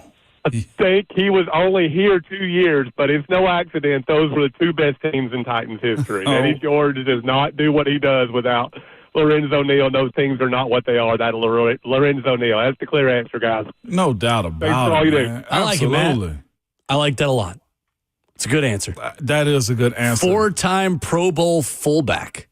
Lorenzo Neal with a 16-year NFL career, 2 of which, again, like Matt mentioned, 99 and 2000 here in Nashville. Insane. For that era, like I said, I think sometimes the NFL need to judge by eras. Most definitely, he's in that conversation. In my opinion, probably one All-Pro away from a certified Hall of Famer. But how do you judge a Hall of Fame fullback to begin with? John Lynch? I mean, who at that point? He was a safety, but like, who do you give that title to? Because I think guys like Lorenzo should be in a sense, man, for what he meant to his backs and just the game in general. No, if anybody does, it's him. Yeah. It is no doubt him. I know Blaine speaks highly of him all the time, too. I mean, legitimately, great teammate from all I've heard and just a dog of a lead block. For sure. Lorenzo. Absolutely right. And you look at the running backs that he helped in his career. How about LaDainian Tomlinson in San Diego? Think he liked having Lorenzo Neal around? Absolutely. Absolutely. As the best fantasy football player maybe of all time. LaDainian Tomlinson, as he's known. And that's where he got his all-pros also with, too. Yep. Was him. Yep. It's insane. Jared up next. Hey, Jared. I think NWI from last year. I don't think he got enough chance to be with the Titans and really show his worth and how to become a household name here. Is what I think. No doubt. Thank you, Jared. Man, that's the thing about NWI. But I'll say this, too. If he was a draft pick, probably be a different conversation with him. Right. In terms of what he was as he entered this organization, I think it's a fair one. Yeah. For sure. But you also look at him and say, was it the surprise element of you not knowing who he was? It will be fascinating to see what happens with him in Miami if there's a role for him to be played there. I would agree. Thomas up next. Underrated Titans of the past. What's up, Thomas? All right, so for the time, let's take a time machine back. Okay. So Jason McCourty, Solid. Stephen Tulloch. Stephen Tulloch. Nice. And current, I go Tony Pollard because he don't get enough respect. I guess because he wasn't good last year, but compared to other teams, I mean, Joe Mixon had the same stats or probably less stats, and he gets more clout than Tony Pollard. But that's it. Thank you, Thomas. Appreciate the call. Not bad. Appreciate that. Tony Pollard, underrated? Tony Pollard. For what he's getting paid and for what I think he was as a free agent, I feel like he lived up to that and was properly rated. Maybe nationally he didn't get the credit he deserved for how good he was last season, but... Right. When he was fighting City Hall as much as he was last year, for him to still have over 1,000 yards, he'll play a part. Plus the injuries that he was dealing with that we know here locally, most definitely should have had more. But again, the biggest conversation out of the offense last year was how bad the quarterback play was. So it's kind of hard to highlight Tony in that situation. But also one of the few backs the last 3 years that has gotten 1,000 straight yards in the last 3 seasons. Mm-hmm. Jason McCourty, an interesting one. The guy who started his career here in Nashville, first 8 seasons of his NFL career, had multiple interceptions, 5 different seasons here in Tennessee. Injury-shortened season in 2015, but was largely available other than that. Solid. Yeah. Jason McCourty on some of those Titans teams starting in 2009 when he was brought in by the organization. Stephen Tulloch is not a bad one at all. To be honest with you, playing linebacker here from 2006 through 2010 for 5 seasons and having a couple 100-tackle seasons in there. Not a bad shout. That's not a bad shout. I didn't know much about Stephen Tulloch, though. Well, solid. Let's go to Michael up next. Hey, Michael. What's up, fellas? Morning. Mike. I told him Craig Stevens. I was on Craig Stevens and Carl Klug. Craig Stevens and Carl Klug. All right. I remember watching Klug, man, on tape from time to time. He's just an insane human being out there that you had to watch. It was no plays off with Klug, man. I'll never forget that. Yeah, that was a great one right there. Carl Klug. Iowa product. Did not want to lose the Klug out there because I felt like he was a shifty side-to-side type of guy, man. He just you had to watch him at all times. It's more the dirty work of what he did, too. It was. That was just him. You weren't just going to have a play off with Klug. He is the epitome of a solid rotational edge rusher in the NFL. Very much so. He fits the description of underrated guy. Most definitely played his role the way he should have. 7 sacks as a rookie for him in 2011. As a rotational piece of that defense. Terrence up next. Hey, Terrence. What's going on, fellas? Morning. Hey, I got 2 for the pass. I got Delaney Walker and Bernard Pollard. I feel like those guys came in and set a tone on the offense and defense, not just on the field, but in the locker room, vocally. Yeah. And then for Current, he doesn't get a whole lot of play, but Coburn, man, I think that dude is a dog in the defensive trenches. Coburn, yes. Also Super Bowl winner, too, with Kansas City, by the way. Thank you, Terrence. I'd always throw that one out Appreciate there. He got that in his rookie year with KC. Bernard Pollard, man, it was one of those guys that was always a tone-setting guy. Was going to talk, was going to try to deliver as much as he possibly could. Physicality was a part of his game. His time here in Tennessee, as far as being an attitude adjuster, yes, most definitely. He was culture setter. Yes, he didn't play his best football here. Yeah. Finished his career final 2 seasons. I think you're probably more thinking about what he was before he came here. But when he had a highlight play, you felt his presence. That was the thing about Bernard Pollard. He wasn't overall a great player, but man, when he got his hands on you, when he hit you, you felt it. 100%. 100%. Delaney, though? I thought Delaney is appropriate. Delaney, again, I think is an example of someone who gets the credit he deserves here, but probably doesn't nationally. Yeah, I roll with that. More of your phone calls, 615-737-1045. More submissions on Twitter at Ramon and Will, where you can continue letting us know, past and present, who in the Tennessee Titans does not get the credit that they deserve. Coming up in hour 3, we'll ask Kevin Dyson this question. Birthday boy. Kevin Dyson joining us on a big birthday this morning. So we'll talk with him coming up at 8:20. Reset of the headlines for you over the weekend. And to start your Monday morning when we come back, a Game 7 recap. Were you more encouraged to tune into the NBA Finals with 2 mid-market teams without LeBron, without Steph Curry, without some of the big names? We'll dive into that next.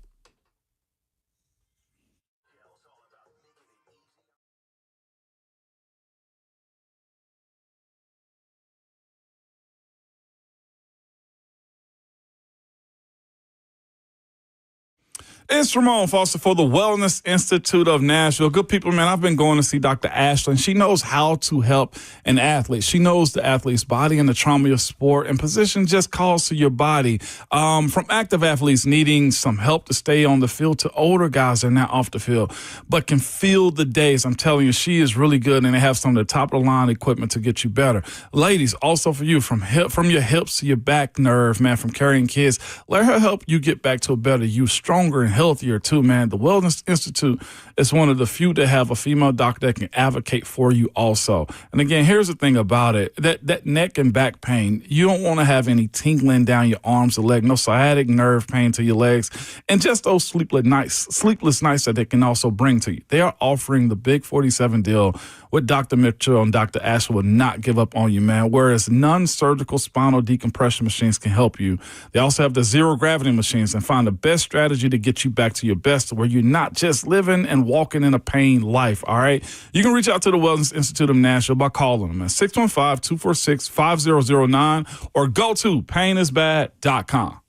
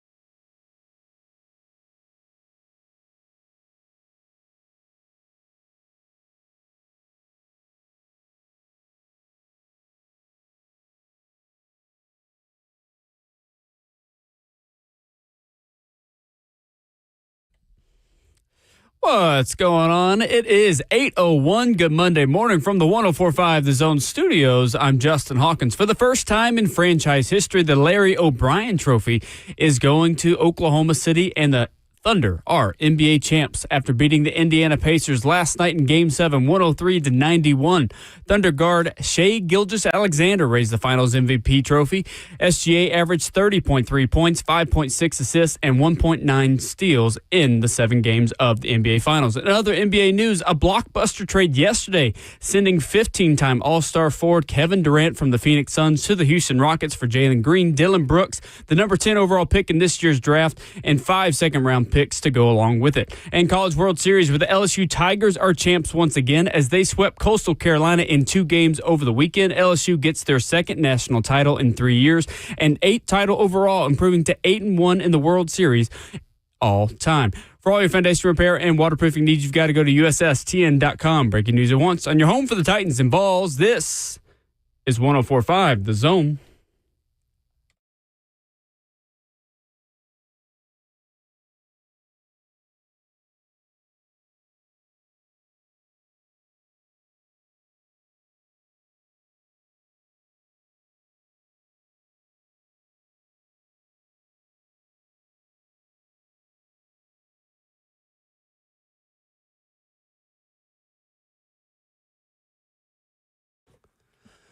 Monday morning, kicking off the morning on Ramon and Will. We're fueled by Scooters Coffee. Visit a locally owned location near you in Rivergate, Smyrna, Brentwood, White House, or Mount Juliet. Amazing people, amazing drinks, amazingly fast. With Vol Network analyst and 11-year NFL veteran Ramon Foster, I'm Will Boulding. Justin Hawkins making the show happen. 615-737-1045 is the number. We'll get back to your phone calls in just a minute. We have asked the people this morning who in Titans history doesn't get the credit that they deserve. We've had some good submissions. We have. On Twitter, at Ramon and Will, on the phone lines, through text, people just reaching out to us. We've had a bunch of good names, bro. We have. My friend Tony, man, who's not to be named, said the answer You just named him because his name's Tony. Tony, my friend Tony. My friend named Tony, who's not to be named. Not to be named. What are we? That was good. What are we doing? Witness protection program. I heard Tony's in it, man. But he said the answer is Michael Roos. Oh, yeah. That's a great one. The answer right there. We've had that sent to us a couple times on Twitter as well. Yeah. That is a fantastic answer. A fantastic answer, man. And not just that, it was also painted up as far as like that left tackle position for 1993 to 2013 was a zero worry about as far as who was going to be there in the protection of it. Running backs and left tackles have been very good in the Tennessee Titans history. Yeah. That is a phenomenal track record right From there. Brad Hopkins to Michael Roos, and you had a couple of years there. We wandered through the wilderness. Then you got Taylor Lewan in there as well. I mean, no doubt about it. I totally agree with you. And the running back, the historical names that have been attached to it. Mm-hmm. Derrick Henry with a 2,000-yard season. You got Chris Johnson in there also. Yeah, the franchise with 2,000-yard runs. I mean, even DeMarco Murray being in that conversation for a little bit. Just the names that you have. Lindale White, we spoke about him for a second. Lindale's another good answer, right? I got a submission of that on Twitter, too, that the smash and dash was underrated. Yeah. I agree. And that's because the smash also thought he was dashing too. I mean, this is a guy that was an athlete, you know what I'm saying? No doubt. That could wiggle and move, but was also a bruiser as with the way that he ran the football too and his expectations. Totally with you. It's a good one. NBA Finals finish it up last night as the Oklahoma City Thunder take down the Indiana Pacers by 12, winning their first title. Mid-market teams, small market teams, if you're talking about NBA cities with this, were you more encouraged, Ramon, to tune in? Were you interested? Was your interest affected at all by this being Pacers Thunder now that the dust has settled and the thing is wrapped up? No, it didn't affect it at all because anytime you can see a Game 7 or just this series in general, like this series has been covered up by, Golden State, you know what I'm saying, beating OKC. or having the Knicks knock off Indiana, or it be the Celtics or Miami or Milwaukee. Like these two markets hadn't had the opportunity. So for me, being uber interested in watching those two get down, one is deserved because, again, not every big market is supposed to be in it every single year. I'm of the mindset that, look, there are some good teams that have great fans in Oklahoma, Nashville, Cleveland, for that matter, on the basketball side. Is Cleveland a small market with basketball or big? They have the All-Star game there. Mid? Okay. Mid-market, yeah. What I'm getting at is this. Those fan bases want to see their teams win, too. As much as we, as viewers, love Miami and Boston and L.A. and Dallas, this, to me, was appropriate. I don't think it was a charity. It was just the two best teams to me, especially with Indiana getting hot down the stretch, that deserved to be in it. I thought it was good on good until Tyrese Halliburton went down with the Achilles. That game could have got, in my opinion, that game was going to get very interesting with the way Halliburton was shooting early. I wish ESPN would do a better job at making us care about these teams. Facts. Honestly, you had yesterday in the pregame buildup to Game 7 of the NBA Finals, Stephen A. Smith and Kendrick Perkins just screaming at each other. Yeah. Literally just yelling, of Stephen A. Smith yelling about how and Bob Myers had to stop him and say, Stephen, just because you yell at something doesn't make it any more true. No, it does not. I feel like there is more yelling and not enough X's and O's about the lesser known teams and names in the NBA than there is in the NFL. They don't do a good enough job, ESPN, making me care about the Thunder and Pacers. Because, yes, there's yelling about the NFL as well. And, yes, there's way too much NFC East talk about all things major markets and the Dallas Cowboys and the Eagles and the Niners and all these things, the NFL. But there is enough NFL content on major networks like NFL Live that do legitimate breakdowns, do legitimate X's and O's. And maybe I'm just not looking hard enough to find these shows and content. And I'm sure the content is out there. And I know there are plenty of podcasts and more niche properties that probably do these things in a meaningful way. But I don't feel like the major network, and I'm talking major network singular, does a good enough job telling those stories from the X's and O's perspective. It is so inflammatory. It's reactionary. It's the big headlines on First Take, to me, dominate NBA discourse to the point where I, as a fan that does not have a team, I don't have any allegiance to the NBA, become disinterested when those major characters aren't a part of the story. Is that fair? Well, am I off base here? I think it's a fair take to be had, because here's the thing that I think takes the NBA analysts and coverage with the sport too. It is the people that cover theirs, the big names like Stephen A. Perk and others that are in that conversation. I wouldn't even throw the TNT guys in it just yet, maybe slightly, but I feel like their identities carry the cities that back them up too.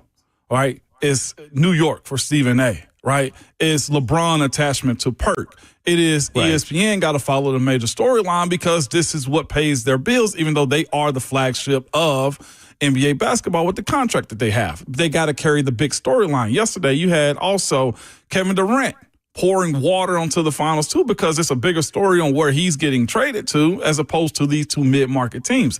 The personalities of the coverage of the NBA, I feel like sometimes is based upon the person that is delivering. Right. Stephen A. is the show. Personality driven. Exactly. Stephen A. is the show. X's and O's, actual breakdown driven. Because those people are the breakdown more times than not, because you're signing on to see what they're going to say instead of the breakdown more than anything. The most egregious thing I thought that happened on the coverage of the NBA Finals was who allowed Kendrick Perkins to wear the suits that he was wearing. That, to me, was the biggest storyline. He had on the silver with a blue metallic tie the other night. Ooh. That matches absolutely nothing that anybody had going for themselves. Like, that, to me, is get the wardrobe together first and then the talking points, because that's taken away from everything else. But, again, who knows the other players that are on those other rosters? That's the other part of it for me. Like, people that watch it, they should. But they don't highlight that. No, they don't. That's my problem. Stephen A. got caught, and I know we all multitask. You're watching solitaire mid-game. Playing solitaire mid-game. It's a passive. The way they treat it sometimes is passive. I agree. But, again, I agree. It's on the talent that they're hiring to do this type of stuff. Again, they go with these, I don't want to call it favor hires, but it seems to me like Perkins been picked by Stephen A. It's very problematic on how they go about doing it. I agree. it makes me not want to care as much as I want to. But the game is good. Yeah, I thought it was fine. It was entertaining for sure. Tyrese Halliburton getting hurt certainly didn't help, but it was an entertaining series.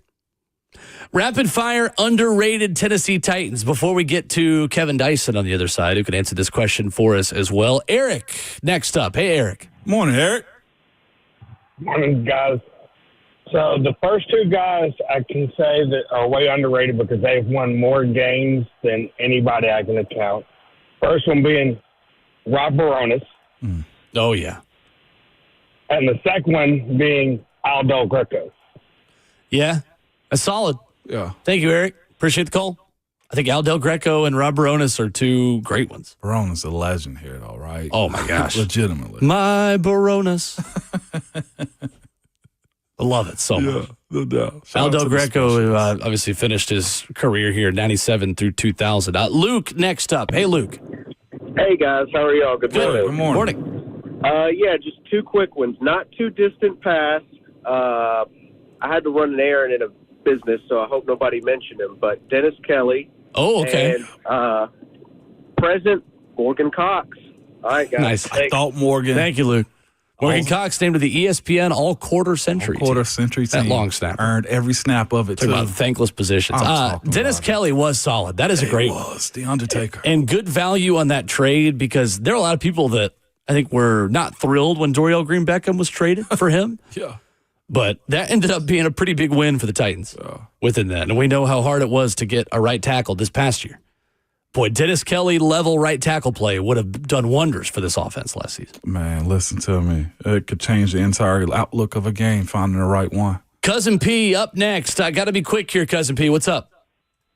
Hey, no worries, man. I'm gonna go with Yancey Thigpen. Don't know if that answer's been there, but I mean, anybody that can help us to a Super Bowl, you know what I mean? On a very good wide receiver room, I'm gonna go with Yancey Thigpen, guys. Yancey Thigpen. All right, I like it. I heard his name pop up often amongst Titan fans. I'm talking about real often, man. 648 yards in just 10 games in that 1999 season for Yancey Thigpen, who, of course, had 1,400 yards almost, 1,398 in Pittsburgh in 97. Yeah. Quentin gets the final call on underrated Tennessee Titans. What's up, Quentin? Hey, I have to go with my man Vince Young. I have to say that because 2 seasons, I think I saw it. It was 0-5, 0-6. I mean, he brought the team back twice, and I don't think a lot of people really talk about him enough about bringing that team back. And so that would be my main one. Wow. Thank you, Quentin. Appreciate the call. Appreciate that, Quentin. I go wow because it's Vince. I don't know if Vince was underrated. I think whatever rating, respectfully, Vince had got overlooked because of his off the field stuff. Because of the other stuff. Yeah, because the other stuff. Yeah.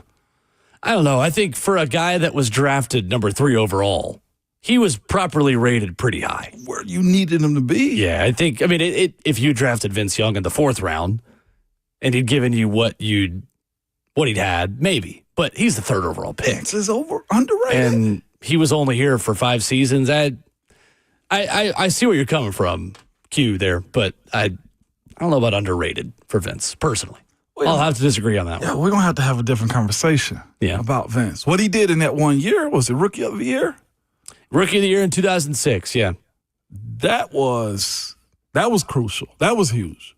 But everything else, no. He was exciting. I mean, when he was good, I think that's kind of the essence of it, right? Like it was fun with Vince.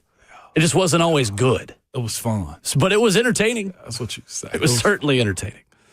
Coming up next, Kevin Dyson joins us. We'll talk about underrated Titans, talk about this part of the offseason and these Tennessee Titans 2025 team, what Kevin Dyson sees in this group, coming up next.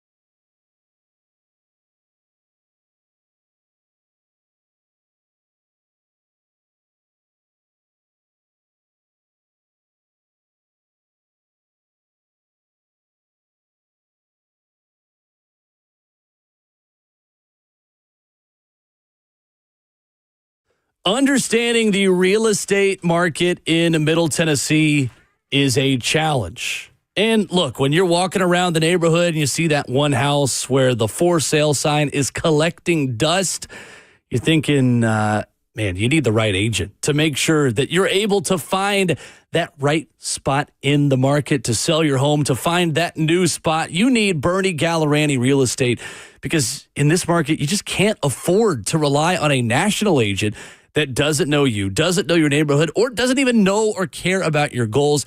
I'm here to tell you, the second you sit down with Bernie Gallerani, you're going to understand that he wants to know about you, understanding where you want to be, the idea of your timeline, when you want to sell your home, how you want to go about this entire process, because it is just that, a process. And Bernie Gallerani, he's got a guarantee for you. He guarantees to sell your home in 30 days or less, or he'll buy it. That's right. Bernie, no risk to you. He'll let you out of the contract at any time. He is the real estate agent who has the 30-day guarantee to sell your home. And if not, he will buy it from you. So if you are ready to take that step, you should take that step with my good friend Bernie Gallerani. 615-428-2644. He's so confident in his ability to help you. That is his personal cell phone number. 615-428-2644. Online at BernieGallerani.com. Again, that's Bernie Gallerani, 615-428-2644.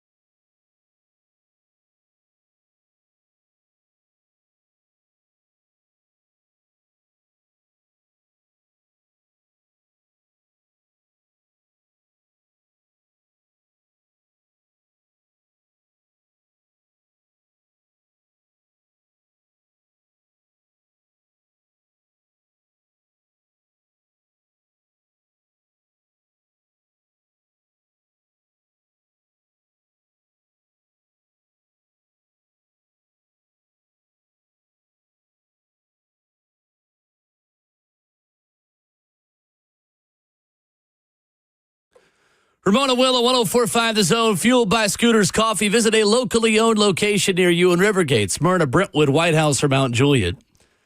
Ramon Foster, our timing was impeccable this morning.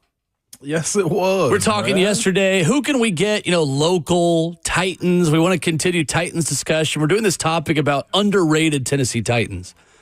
Well, not only are we bringing on a Titans legend to continue this conversation, it's his birthday today. The birthday boy, Kevin Dyson, Dr. Kevin Dyson, joining us this morning. Dr. Dyson, you're very kind to join us on your birthday. You could have told me, hey, I can just do another day this week. First of all, thanks for being here, man. Happy birthday. Thank you. I appreciate it, brother. 50 times around the sun. I'm all right. I'm still here. Yeah. It's a big one. That is huge, man. You feel any different to start the morning so far? No, I'm good. Actually, I feel good, man. Perfect. Shoot, man, as long as I'm 6 feet above ground, I'm all right. That's a good way to be. That is a great way to be, Doc Dyson, man. When you look at it mentally, are you still a child at heart, too? Because everybody keeps telling me to grow up, and I'm almost 40, and I still have the same mindset somewhat of when, in my 20s and stuff, Dyson. Is that where you are also? Except with maybe decision-making, I guess. Yeah. First of all, I appreciate you telling me you're almost 40 and letting me know that I'm old, but I appreciate that one there. Put that one in. Hey, bring you down to lift me up, baby. Absolutely.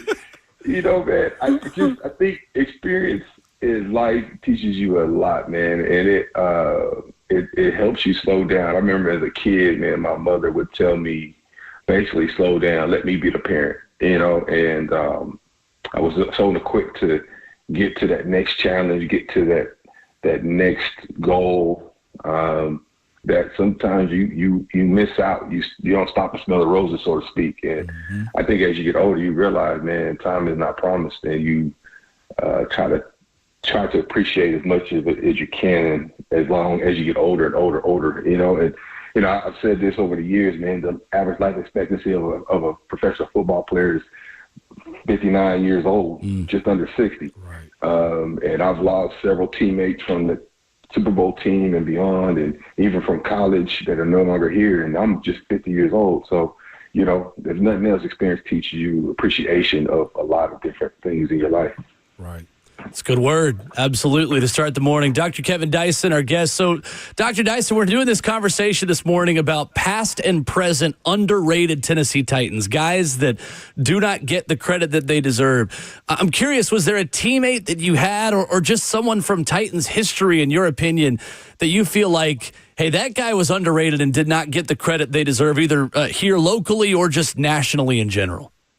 Golly. I think pass. Let's start with that one. And this is kind of a bigger name, even though it was well documented. And I think it's similar to people appreciating them when they left more so than when they were here. And the quarterback I got a chance to play with, man, Steve McNair. I know that's going to shock a lot of people because we talk about him with such fondness now that he's gone, and even when he left to go to Baltimore. But you think about the way the game is played today, and you think about when he came in the league and how Jeff, slow played him, things like that, and then how he pretty much transformed his game to be one type of way. And then as Eddie got a little older and got different coordinators, his game transformed into another way to the point where he became a MVP. But those that played with him, those that played against him, know he was one of the best players in the National Football League during his time. He was a guy you had the game plan for regardless. It was Darren McNair, daring him to throw, which was crazy because he came in known as a thrower, and then it was dare him to throw. So then he would break your will with his legs and finding ways to extend drives and throw the football. But I don't think people actually appreciated him during his time. But if he played in today's game, the way the game is refereed now and the way they're utilizing quarterbacks and their skill sets, people like him and Michael Vick and even Steve Young and some of these others, man, that were so athletic. Randall Cunningham, I'm thinking about some of the most athletic quarterbacks that had played that could spin it. Man, can you imagine what they would look like in today's game? So, man, I think Steve is the one from the old time. I don't know how y'all feel about that. No, I'm with you, honestly. I'm there too. I think when you talk about eras changing, and Dr. Dyson, it's kind of funny because is it fair to say he would have looked like Cam Ward a little bit in today's era? I mean, you talk about Cam and some of his skill set, and I know that's a very lofty comparison to make before Cam has ever taken a snap, but at least looking at the college comparisons, right? Like Steve McNair, Alcorn State in a Cam Ward Miami offense this past season. We're talking about Heisman Trophy candidates there left and right. Yeah, I said this way back in the fall when we were talking about the Sanders Ward comparisons and placing that against Levis and all the different things. And I said that there's things about him that reminds me of McNair. There definitely is. He's definitely more outspoken. He's definitely a little bit more vocal and how he goes by his demeanor. Matt, you messed up. He didn't say anything. He didn't say anything you did well. He gave you a high five, went about his business. He was cerebral like that. He just wasn't a rah-rah guy. He led by example. And that's one of the biggest differences. But physically, the difference is Mac was 6'3", 230 pounds and ran like a Mack truck. Cam's not built like that. Right. He's not. But what they are very similar is how to extend drives, very cerebral, can spin the football a long way, pretty accurate. I don't think people gave Mac credit enough for his accuracy, too. Now, he could have got better like most of us, and everything we do could be better, but he actually threw the ball very well in soft touch. And I think Cam has a lot of that in him. And then the other thing is that Cam has is very similar to Mac, seemingly. We'll see. Time will tell. Is he has that fact that people want to follow you. I think you could talk to defenders on our team and even us who on offense. When the chips were down, we know to get behind him and let him go. He was going to lead us down the field or whatever it might have been. And I think that where Cam seems to have that kind of mentality, like, let's go, I got you. And I think that is what's going to resonate with the veterans that are still there. We're joined by Titans alum Kevin Dyson this morning. Dice, man, when you when you look at the situation that the Titans are in right now, as far as the rebuild era of it, and I think it's fair to say it starts with Cam Ward. Dice, when you're around a guy that somewhat has it at that position, and you have been before, I've blocked for a guy like that, but not necessarily made plays for him, directly. What does it do for the tight ends room, the running back, the wide receivers, and just the offense in general when you don't have to explain what it is, How is that from you guys' perspective? It's funny you say that, man. I remember when I went to San Diego, and they drafted Philip Rivers. Well, they drafted Manning and then traded for Philip Rivers. And Drew Brees was on that roster. And there was this thing about Philip Rivers. Now, this is Drew Brees now, Hall of Famer. Right. And, thrown for more seasons of 5,000 yards than any other quarterback in NFL history. Like, Drew Brees was on this roster, and they drafted Philip Rivers. And I remember when Philip Rivers came in the huddle as the backup at that time to Drew Brees. I mean, I just remember in the huddle, I'm like, man, this kid gets it. Let's go. Like, I was ready to, okay, I wanted to make sure I was on point for the young kid who seemed confident, who was more outgoing, spoken. He was like, let's go. Like, he was fearless. He had this thing about him where he was just like, I got you. Don't worry about it. I'm not going to let you down. And I think that went a long way for a lot of guys in that locker room. And I think what you're saying about Cam is very reminiscent of that, is that I think the people on the team, especially the guys surrounding him, are like, okay, young fella, I got you. Let's go. Okay, we're not going to let you down. Don't let us down. That sort of thing. And he's carrying that energy right now, a little bit of confidence about him, a little bit of a swag to him. And I think that's going to go a long way. No doubt. On the other side of it, man, we all hit those points in our careers where we start to question what's the next phase, what's the next step. Even as a young guy, I never forget going into that contract year and thinking to myself, like, man, what is life? They get all in now because teams don't have to sign you back. And the only reason I bring it up, Dice, is where's a guy who's a known commodity here and around some defensive rooms like Chig Okonkwo? What is his mindset to make himself more valid going into this season, Dice, at a position that you've played and have been in this spot before? What has to happen for him? Well, first of all, he's going to have to find his way, whether in that rotation some kind of way. And there's, you kind of typecast yourself in a training camp or throughout the week in practice or mini camp, stuff like that. What I mean by that is, you find your niche on that team. Some guys become vertical guys. Some guys become move the chain guys. Some guys get known because their effort and blocking. We need them in the game. And so coaches are evaluating, looking at that. Where's that piece? Where are you fitting in this puzzle piece to where we can help us? Where can you add value to us? Now, you still got to do the staple, the constants, the everyday run-the-mill plays and assignments and things of that nature. But where can you add value? And I think somebody like Chig, man, it's just I think he has so many gifts like most people are in the NFL. It's just he's going to have to be a consistent vertical guy, make some plays, things of that nature. And I think that's for everybody. I think, there's going to be guys. It's a deep receiver room this year, too. And it's going to be some competition. There's going to be guys. And he already has a rapport. I'm saying him as Cam's probably going to be day one starter. He has a rapport with a young fella. And how does that translate into training camp? Does that translate into a roster spot? And then does that change the game and how many tight ends you keep and running backs you keep versus receivers? And it's going to be a puzzle piece, man. But what you do like about what they're doing with this roster is they made it a competitive roster, especially at some positions where people on the outside felt like they needed to upgrade. And now they create some competition in those positions, and competition makes us all better because we all want those spots, those coveted 53-plus roster spots. Dr. Kevin Dyson, our guest this morning here on Ramon and Will. Speaking of that wide receiver room, Dr. Dyson, when you talk about Tyler Lockett and what he can bring to this offense, what about his skill set will help Cam Ward? How do you see the Titans using him in his first season here in Nashville? So, a safety blanket for any quarterback is a person that you can rely on, especially in short, medium-range game. A guy that can move the chain, someone that gets just enough separation, if not a lot of separation, that he can fit balls in and make some tight throws.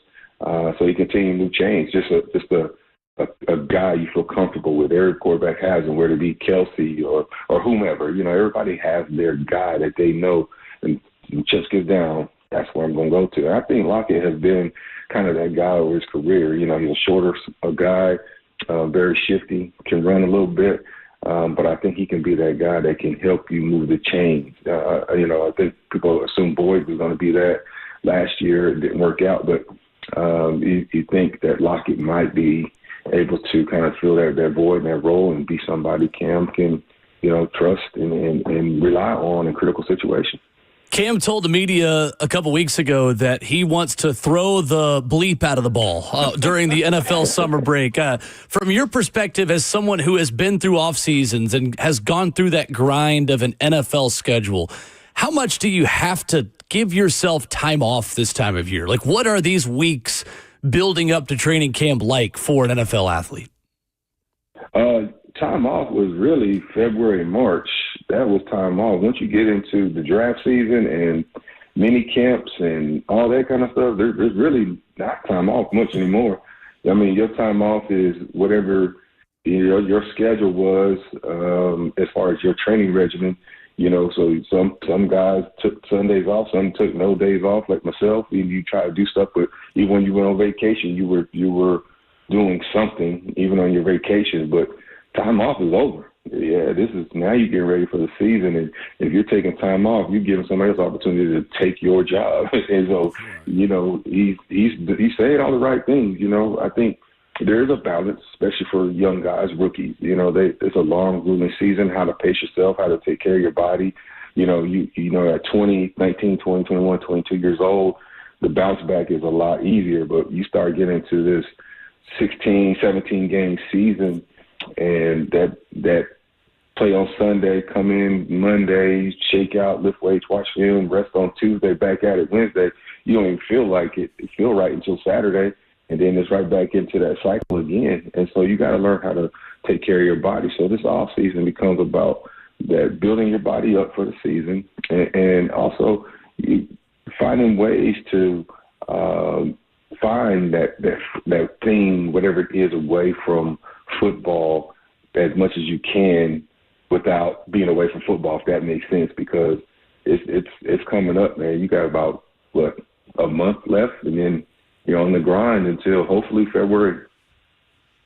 No doubt. Dyson, do you see a scenario, if you've thought about it the way I guess I have at times, where Levis can be Cam Ward's backup for the year? Or are you of the mindset that you can't have, even if he don't speak, a loud presence at your backup quarterback? Where are you at on that one and Will Levis potentially making this roster still? Because it's still there, that opportunity. Yeah. I think skill set alone, it warrants an opportunity for him to be that guy, you know. I think he's definitely shown he has the ability to play in the National Football League without a question. It's just a matter of the mindset and that locker room dynamic, is to have that energy in the locker room. Is it one of those things where there's no synergy or energy in that meeting room, and there's obviously tension between the two, and it cannot coexist? Well, that's not going to be good when you get into those games where I need another pair of eyes. What are you seeing? That we have these conversations. Can we talk things out, you know, from quarterback to quarterback? You know, it's one thing to be with a coach, but it's another for having a peer in the room that you can relate to and collaborate with and talk to. And so it depends on how that dynamic ends up. One, could it poison the team and everything? Does that become part of the focus for Cam throughout the 25 season? Like, so how's the locker room with you and Levis? And he's over there trying to get better from week to week, but y'all want to talk about some argument me and him had throughout the year. And then, so that's where I think the Titans management is going to have to really hone in on and see how that dynamic is. But talent alone, it warrants him being on the NFL roster for sure. Yeah. He is Dr. Kevin Dyson, celebrating a birthday today and joining us talking Titans this morning. Dr. Dyson, again, you're very kind to join us on your big 5-0 this morning. We appreciate you hanging out with us, and again, hope it's a great day. Absolutely. Man, I appreciate y'all, man. Thank you. Anytime. Yes, sir. Absolutely. Kevin Dyson with us here this morning. Everybody go wish him a happy birthday on Twitter at KTDyson87. Yeah, no doubt about it. I was going to plan with Hawk to play with Stephen A for him. We respect Dice too much to play that. And we don't care. I thought about it, Hawk. I had Hawk on go mode right there, man. That's smart of you. That was. The intrusive thoughts didn't win. Not at that time. He brought up a good point, though, on the Levis thing that I hadn't thought of. I don't think Levis would be that guy. And it's fascinating, too, to see if Cam really cares about Levis being around. I mean, if I'm the number one overall pick, I shouldn't care. But that communication component of it, it can play a part from time to time. It's interesting. It is.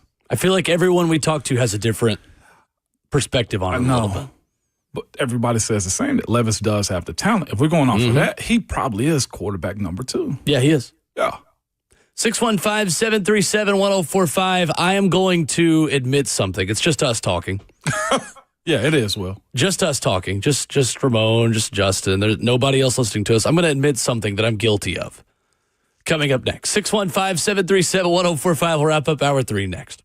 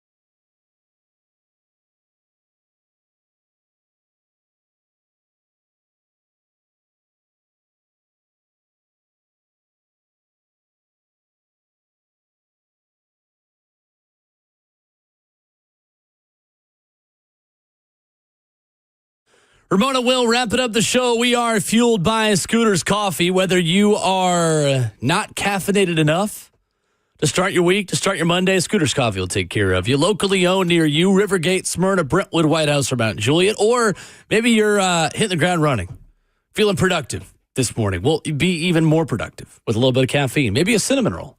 Slow you down a little bit. That might help as well. Over at Scooter's Coffee. Ramon Foster, I have a confession to make to wrap up hour 3. You did, man. You had me confused. Like, Monday morning confessions? Uh-huh. Over what, Will? I am ready to confess that Love Island is a great TV show. Great TV show. We're really going here, Will? I have become totally hooked on Love Island over the last week. I never, ever, ever thought that I would see this day.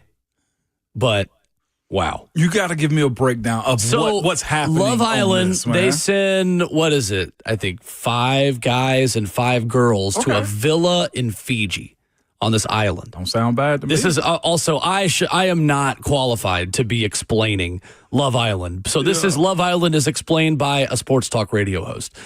And I know people are going to hate me for this. I don't care. It's entertaining. So 5 guys, 5 girls sit on an island in Fiji. You have to couple up every single night with one of the girls or one of the guys. Then they start bringing in bombshells. Yeah. Bombshells enter the villa. You're talking about like women? Singles. Oh. Or guys. Okay. And they'll just send in a single guy or single girl. Well, then there's an uneven number. Or they'll just send in one guy or just send in one girl. There are challenges. You've got people that'll end up with another person they're not coupled up with in these challenges. You've got to go like kiss so-and-so, that's your buddy's couple, or then they've got to then your girl's out here like kissing some other guy, making out with some other guy. Like it is ridiculous. No, it's intentional. It's totally intentional. See, here's the thing. These people are not very smart. They are not they don't have a lot of depth to them. Okay. They are, you are splashing around in the shallow end of a pool as much as you possibly can in this show. It is so stupid. So stupid. Huda is one of the worst. No, I'll frame it this way. She is one of the best villains in a TV show I have ever watched, real or fake. Hurricane Huda is doing numbers now on Peacock. Hurricane in Love Huda. Island because she got attached to Jeremiah in episode 1, and she will not. And America votes also is the other thing. Okay. So when new people come in, America votes on who those people should couple up with, and America split up Huda and Jeremiah, and Hurricane Huda has been going through it ever since. I'm telling you, it is so funny. The comments that are It is coming so in are funny. I'm hilarious. watching it with my fiance Peyton. She got me hooked on this. Yeah. The first time I ever tried to watch this, I was like, Peyton, what in the world am I love watching? it. That's usually how it starts, This Will. is so welcome. Stupid. So stupid. The trick is, if you're a sports fan like me, bored this time of year, the NBA Finals are done. College World Series is done. NHL is done. NHL is done. Yeah, we got cornhole. I love the Braves. Braves only on 3 hours a night. Sometimes they're off. You just got to watch it as a comedy. You can't watch it as a drama. If you watch Love Island as a drama, you're going to be disappointed. If you watch Love Island as a comedy, you are going to love it. It is hilarious. You know what's It is funny? absolutely hilarious. Is men, especially us in these situations, start off a series with our wives, fiancés, or significant others. Like, I thought it was dumb. That was me with the Housewives of Potomac. 100%. I'm into that too, Will. Like, I'll be quite honest with you. This is me on Naked and Afraid. I am binge watching Miles like that. We watching it tonight? Yes, we are. And this because it's so mindless, it's dumb, it's selfish, and I enjoy their interactions it's this. So stupid. It's truly so stupid. So there are the comments of the F and Big Chat are not a big fan of me right now, and I don't care. So the reason I bring this up too, I have seen so many clips of girls being like, the NBA Finals are on. Do you want to watch it? And the boyfriends or the significant others going, I want to watch Love Island instead. There are a lot of dudes I've seen on my algorithm who are like, man, I'm so disinterested in this NBA Finals. I'm going to Love Island instead. Now, I'm not going that far. I've watched both. Right. I've done a little bit of both. A comment on YouTube says his man card is being slowly removed. You know what, buddy? Here's the thing. I'm comfortable enough as a man to admit this. In fact, my man card just got a little bit stronger. The font just got a little bit stronger because you have to be pretty comfortable in yourself to admit on the largest radio station talking sports in this area, in this region, that you watch Love Island. I don't even care. Don't even care a little bit. She's like, you pulling out your wallet. Leave the toxic masculinity at the door, Jael. I don't need it. Based on the takes that he has, I'm glad to be standing on this side.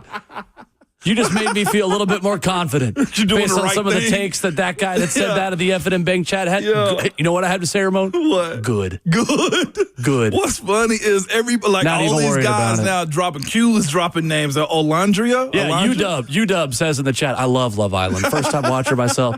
Says Alandria with 5 greater than emojis. Yep. It's like that. No, absolutely. We'll Duck bet. on YouTube says, my sister put me on. It's excellent. I'm telling you.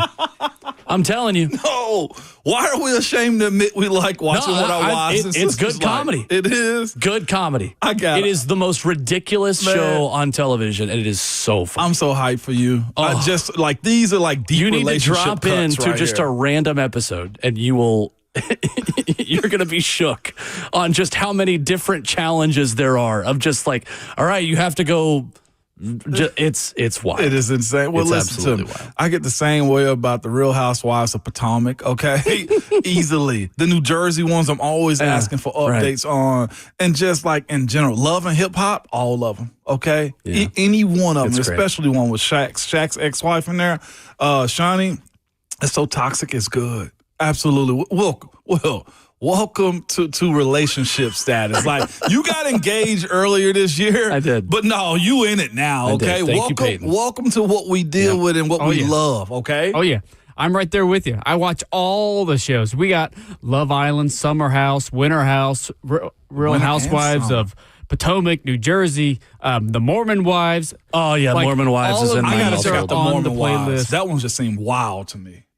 They're supposed to be the most chill people. Problem is, I can't see spoilers because my lovely fiance, News 2's Peyton Kennedy, is on in the mornings and gets up at 2 in the morning. So we watch the episode it comes out every night is the other thing.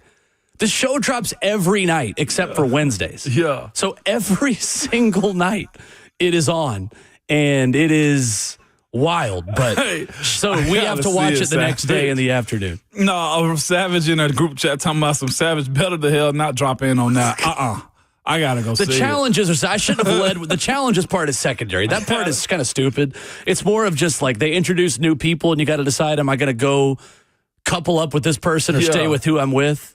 And it's just like some of the, like, can I pull you for a chat? And it's just the most elementary school relationship conversation you've ever heard. It's so funny. Starting from the episode 1 where they have to choose 2 guys who they want to possibly couple up with. They have to make out with both of them. Yeah, it's crazy. It's so absolutely stupid. nuts. That part of it is dumb. That's the challenges and like all that stuff is the worst part of it. It's like the drama and like the cat fighting part of it. Is it? Well, you're when gaining. they gaining break fans, people up is the okay? funniest part. Yeah, I know. Doug just said he spent all last week watching 15 to 16 episodes to catch up. Yeah. Is that good? I'm telling you. No way. 615-737-1045. Again, I said it was a confession. Yeah. I'm confident enough in who I am to admit this Look, publicly. that could be It's good boom. That could television. be your morning roast all included. It's good. Yeah, maybe your morning roast is me. 615-737-1045. Yeah. Coming up, LSU wins the national championship. How does that affect the Tigers' legacy as one of the top college baseball programs of all time? We'll get into that. Plus, a big weekend for Tennessee baseball and the transfer portal themselves. We'll recap all of it for you next.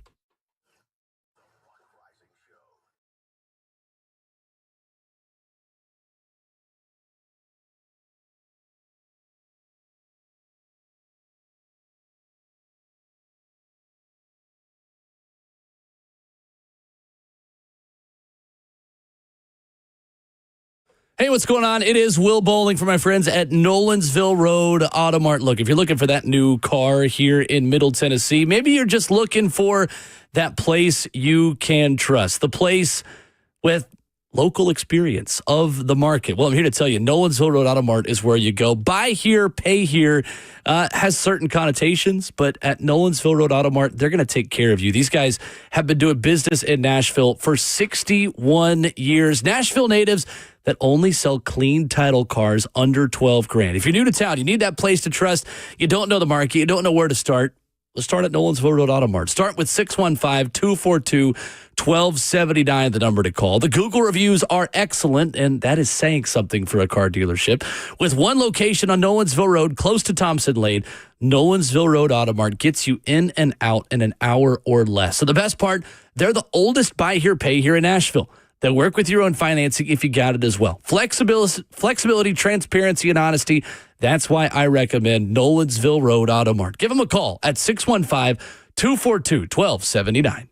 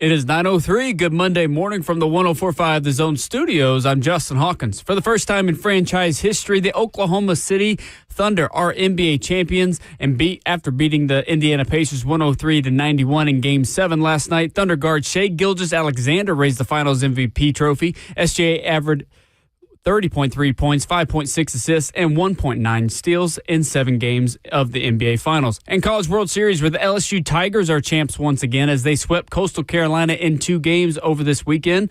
LSU gets their second national title in 3 years, 8th overall, improving to 8-1 in the World Series all time. In NFL news yesterday, Jacksonville Jaguars two-way rookie wide receiver and defensive back Travis Hunter officially agreed to his rookie contract. It's a 4-year, $46.65 million fully guaranteed contract with $30.57 signing bonus paid entirely up front. That sets a new record, making him the first non-quarterback not drafted first overall to receive his entire signing bonus up front. For all your foundation repair, waterproofing needs, you got to go to USSTN.com. Breaking news at once on your home for the Titans and Vols. This is 104.5 The Zone.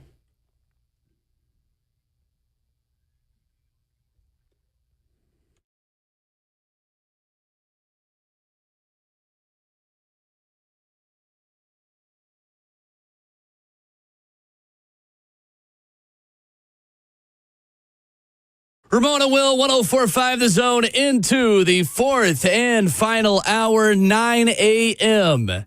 in the Music City. We are right here in the heart of downtown, and Scooter's Coffee is locally owned all around Middle Tennessee. Rivergate, Smyrna, Brentwood, White House, or Mount Juliet. Amazing people, amazing drinks, amazingly fast. A quick opening 3 hours this morning, Ramon Foster. Yes, it is, man. One that was also put in turbo mode at the end of the third hour with Love Island. Will, that is, look, I got to get in on this, man. I got to see what it's about.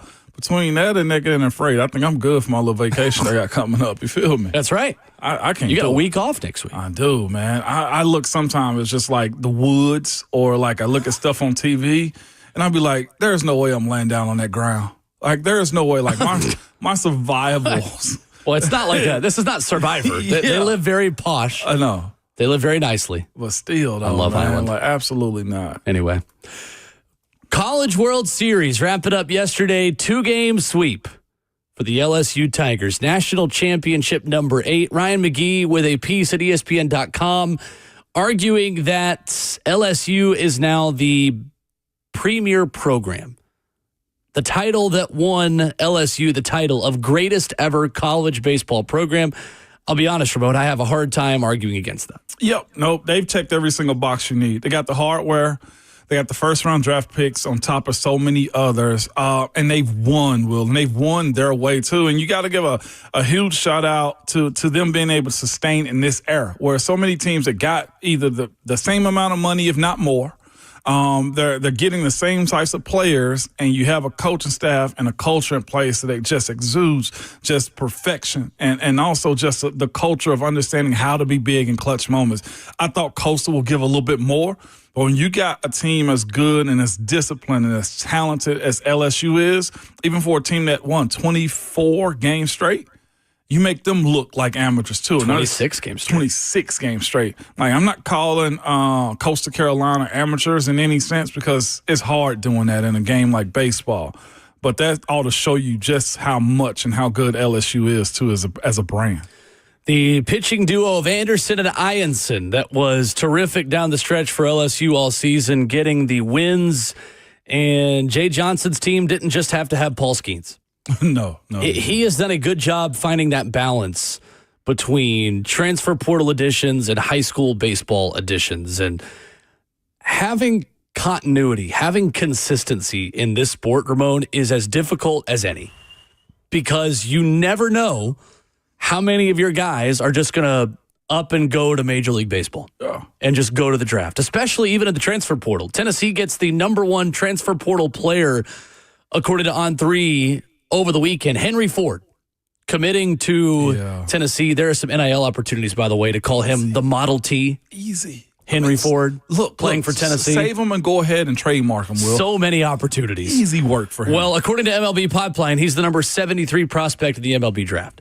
A serious draft risk for Tennessee as well. 6'5", 225 outfielder from the Baylor School in Chattanooga, who, as a true freshman in 2024, hit .336 with 17 home runs and 69 RBIs. Goodness, that is getting to it. For the University of Virginia. Playing in Tennessee's ballpark, we're talking about a 20 home run guy, easy. Yeah. For Tennessee baseball next season. He's a big draft risk, though. And it just tells you, like, if you recruit too well in college baseball, it's changed a little bit with NIL because you have the ability to sweeten the pot for these guys to keep them from going pro and getting drafted. But it is as hard a sport as any to remain consistent. LSU's been consistent. Tennessee's been consistent. Arkansas in the regular season has been consistent. It feels to me like it's those three programs, then it's kind of everyone else. Yeah. And I'd put Texas now kind of in there too, considering the regular season it had this year and the portal haul that Jim Schlossnagle already has in Austin getting ready for 2026. And you see a team also attempting to stay relevant with Florida. Florida trying to be in it also with where they are. Sure. I see we have somebody that mentioned ACC is in there too, but here's the other part. You got Virginia gets poached by Auburn because Auburn wants to be taken a little bit more serious. Well, they're getting poached by Mississippi State because that's where their coach left to go. Oh, yeah, that's right. It's State. My bad on that one. But, yeah, that is the part of it, too. Like, what is that, 5-6 times in a row an SEC team has won the Natty, too? Like, for the most part, you got to be in that division or either go pro if you want those guys to come play for you or have the ability to pay those guys that may end up being 70 on out as far as what they'll get from a pro league. That's the other side I think that's very advantageous to the baseball NIL is some schools can match the signing bonuses of players getting drafted. The SEC has won 6 straight national championships in baseball. Vandy in 2019. State in 2021, Ole Miss in 22, LSU in 23 and 25, and Tennessee in 24. Goodness. 6 in a row, 7 out of 8, because Florida won it in 2017 as well. This has got to be a situation where you are pretty much pro managers at this point for college baseball. It's no longer amateurism in a sense. Like, because I know for a fact that's one of the reasons why a team like Georgia was good. They poached some guys that were later round draft picks, and you find every other team doing that the same. We're talking about a guy that's coming in as a freshman, now going to be a sophomore, batting over 300 plus 17 home runs, you say? Last season, Henry Ford for Virginia had 17 homers, 69 RBIs. 13 doubles and 61 starts. But you also say to yourself, depending on, like, baseball families, I feel like the dynamics are a little bit different sometimes. And what I mean by that is they usually two-parent households that are bringing in double income or that are somewhat well off. I heard a story from a scout recently that said they want their kids to go to college to try to get them as ranked as high as they possibly can before going pro. So there's even been, like, teams offering, or agents offering, like, 7 figures.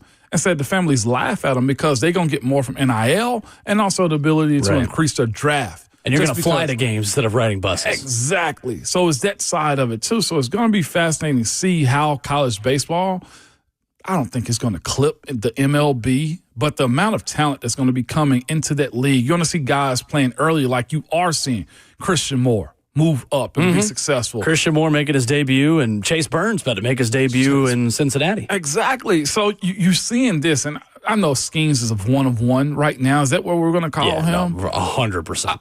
Paul Skeens is a one-of-one type athlete. But think what college did for him, right? As far as him being able to transfer and go to a program to help develop him into the number 1 overall pick and the best pitcher right now that's on the worst squad. That's Colorado. But the Pirates, as far as managing stars like him. No, for sure. I mean, Pirates are one of the worst teams. And then another one, too. I know we don't shout them out much on this show, but Caglione, too, from Florida. Yeah, he's in Kansas City. Already made it up, too. There are a number of guys who were playing in last year's College World Series who are already big leaguers. Yeah. I just think the sport is in a really healthy place. And critics of college baseball could make the argument, why would I care about a sport that doesn't have near the best athletes like all the other college sports? Well, they're starting to retain more high schoolers that 5 years ago were going pro who aren't anymore. And they're starting to return more upperclassmen who might have been going pro as a 10th round draft pick who can actually come back now. I think college baseball is in a good spot. I also think it's funny. The critics of Tony Vitello in Tennessee baseball. We Preach, talked about Will. this last week. Stand up when you Oh, preach. well, they're not going to be able to recruit a top-level athlete anymore. Tennessee baseball, if you want to be good at everything, you can't stay good at baseball. Other programs that only care about baseball are going to out-recruit you. Nobody told Tony Vitello that. Hadn't heard it.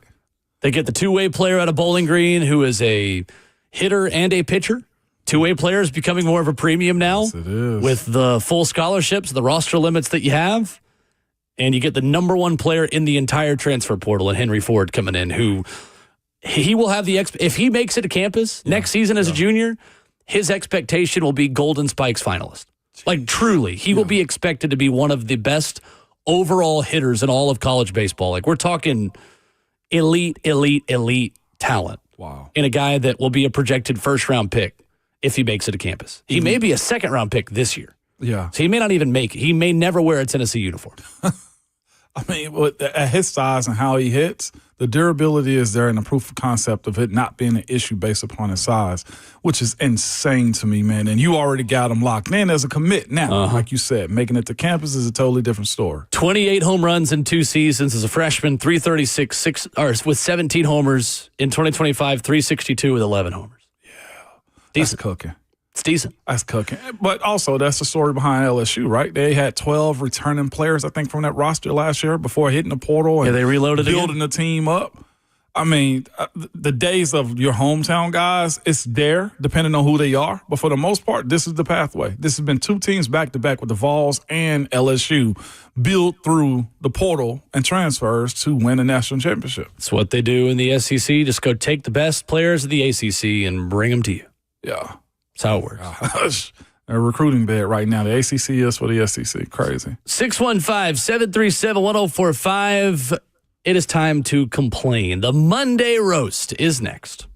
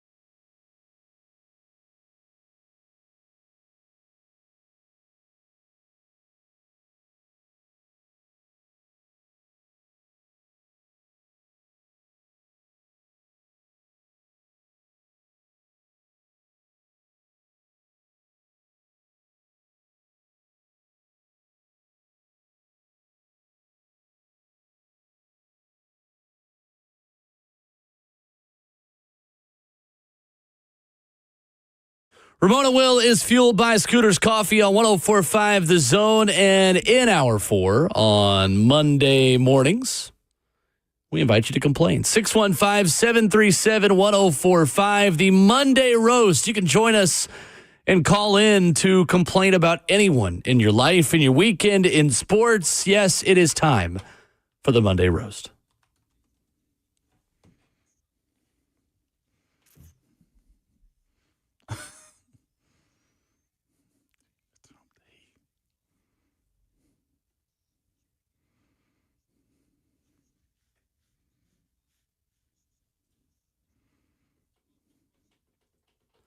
(615-737-1045). The Monday Roast begins this morning, Ramon Foster, with myself. I'm going to roast someone from my sport, from my world of soccer. It brings me no pleasure to do this. Do it. To a wonderful club whom I actually have some allegiance to. Borussia Dortmund. In the Club World Cup, played in Cincinnati, Ohio over the weekend against Sundowns out of South Africa. Just go with it. So Borussia Dortmund is a team that, like many in the beautiful game, are clearly not used to heat. I don't know if you saw this over the weekend. So they were playing in Cincinnati, and in their Club World Cup match, tweeted out that their bench was going to watch the game from the locker room and not from the bench because it was too hot outside. No. The temperature in Cincinnati, Ohio, where the game was being played, 87 degrees. Borussia Dortmund, guys, soccer teams, everywhere. Why are we watching the game from in the locker room instead of outside in the elements? 87 degrees is a moderate temperature for an American summer. Dortmund, boom, roasted. Oh, my Boom, God. roasted. Absolutely roasted. It's ridiculous. Almost literally, too, roasted. You know what I'm saying? Like, ridiculous. Will, for all the advocating that you do for worldwide soccer. Now, I've got to call it when I see it. I've got to say it's negative when it's a negative story. And it's better to come from you than for anybody else. So 100%. Way to get ahead of that one, man. That 86 is a nice summer day, man. Even with humidity, that's decent. I'm going to be quite honest with you. I've sweated 5 pounds off in the NFL training camp, okay, at that type of heat. That's okay. 87 degrees is nothing. That's doable. Watch the game from the locker room. That is 100% doable at that point right there, Will. My second Monday roast goes to Stephen A. Smith, who, instead of giving actual basketball analysis and pregame yesterday of Game 7 of the NBA Finals, just took to the microphone to talk about why Kendrick Perkins was annoying him. This was Stephen A. last night. Tonight, knock down a few threes. Can I say this on national television? Yeah, sure. From a basketball standpoint, I'm not disagreeing with Perk per se, but he's really annoying me today. And I'm going to tell you why Perkins is annoying me. Because this is a man that is a champion. You're talking about a Game 7, and he's talking about a Game 7 like, you know what? Hey, Cat's just going to step up. No, somebody's palms are going to get sweaty. Backside gonna get tight. Somebody. It always happens in a Game 7. Now, I don't know who's gonna do it, but he acts like everybody that's been producing all year long. Come Game 7, it's no different. It's no different. It's very, very, very different. And he knows this because he's a champion. And not only that, when they lost in Game 7, you were injured. You didn't play. Had you played, you might have beat the Lakers. It's a big deal. It's a Game 7. Can I defend your honor here? I don't think we got time. Just because you yell something doesn't mean it's true. He's just finished saying that. That's what I'm going to say. Malika, he just finished saying that. Bob Myers just been saying it's a Game 7. I know. Thank you, Bob Myers. Stephen A., buddy. I get you want to make an impassioned point. I get that you are performance art and entertaining. It's Game 7. Can we please not have the first take sideshow? When you're setting up Game 7 of the NBA Finals, you're roasted. Boom, roasted. I've had enough. I've had enough. For real. That's terrible by Stephen A. For me, because he dogged out Perk. Right. You can make that point with energy, with gusto. Why do you got to make it like a Kendrick Perkins problem? Yeah. I'm not the biggest Kendrick Perkins fan either, but come on. Oh, come on. We got to pick our battles a little bit more carefully. I was kind of little bit more carefully. I was kind of low right there. Like it's okay for us to dog out Perk. Like the guy that's above him can't dog out Perk. That's like punching down a little bit in my personal opinion. That's right. That's tough. And then he also tried to back it up. This is what made it worse. Well, if you had played in a Game 7, y'all would have had a chance of beating the Lakers. Said nobody ever as it pertains to Kendrick Perkins. Like, no, don't do that one, Stephen A. Don't get caught and be like, my bad later. Not great. Yeah. Not great. What you got for us, Moan? Man, I got one as pop culture, and the other one's in sports, too. The first one is, man, celebrity boxing matches for people who are famous on social media and stuff like that. There was one this past weekend. I just saw it because it's entertaining. This is one of those situations where he says just entertainment for no particular reason other than just laugh at it and take these people for the clowns that they are. But it's celebrity boxing. And by this kid, I think by the name of Aiden Ross that holds one, but it's not him or the boxing match. Yeah, it is a boxing match. You had a young rapper who should not be even famous at all, and here I am making him more famous by the name of a group, the Island Boys, in their 20s. Island Boys. Yeah, I'm glad what happened this weekend because one of them, and I don't know which one it was, got beat up by a 48-year-old man by the name of Charleston White. You know what? Celebrity boxing matches, and for people that are into young pop culture, boom, roasted. You had a 48-year-old man beat up this 20-year-old this weekend. And not just that, he tapped. He didn't want to go back in because the old head, is what you call an old head or OG, punched him in the nose so hard that he decided not to fight back. If you're 20, getting smacked up and down by a skinny, you're a 48-year-old man, you deserve it, okay? Boom, roasted. Boom, roasted. Oh, my gosh. I hate that type of stuff, okay? But good on him for being Island Boys. Oh, my gosh. Yeah, stop. Don't do that. I hate that noise. That's what it is, noise. My other one is twofold. One for you and the one for the other one. Oh, hey, whoa. This is good. Not necessarily at you, but because of you, you're going to hit the boom roasted button quick. That's Shedeur Sanders and Zach Edey getting caught with speeding. Okay? Yeah. Boom, roasted. Let's just go there. Roasted. But Zach Edey part of it, well, I had to because that's the I'm old. with you. Yeah, but we had to. Both of them going 101, I believe it was. 101, yes. Shedeur twice for going 91 and a 65.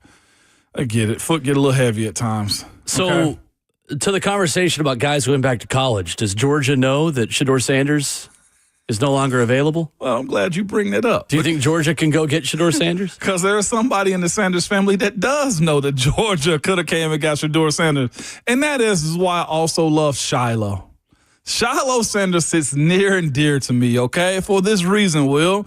I don't think he got the praise that Shedeur and all the other kids got, and he just found comedy in everybody else's misery. He got caught on the interview saying this, and on purpose because he laughed at the end.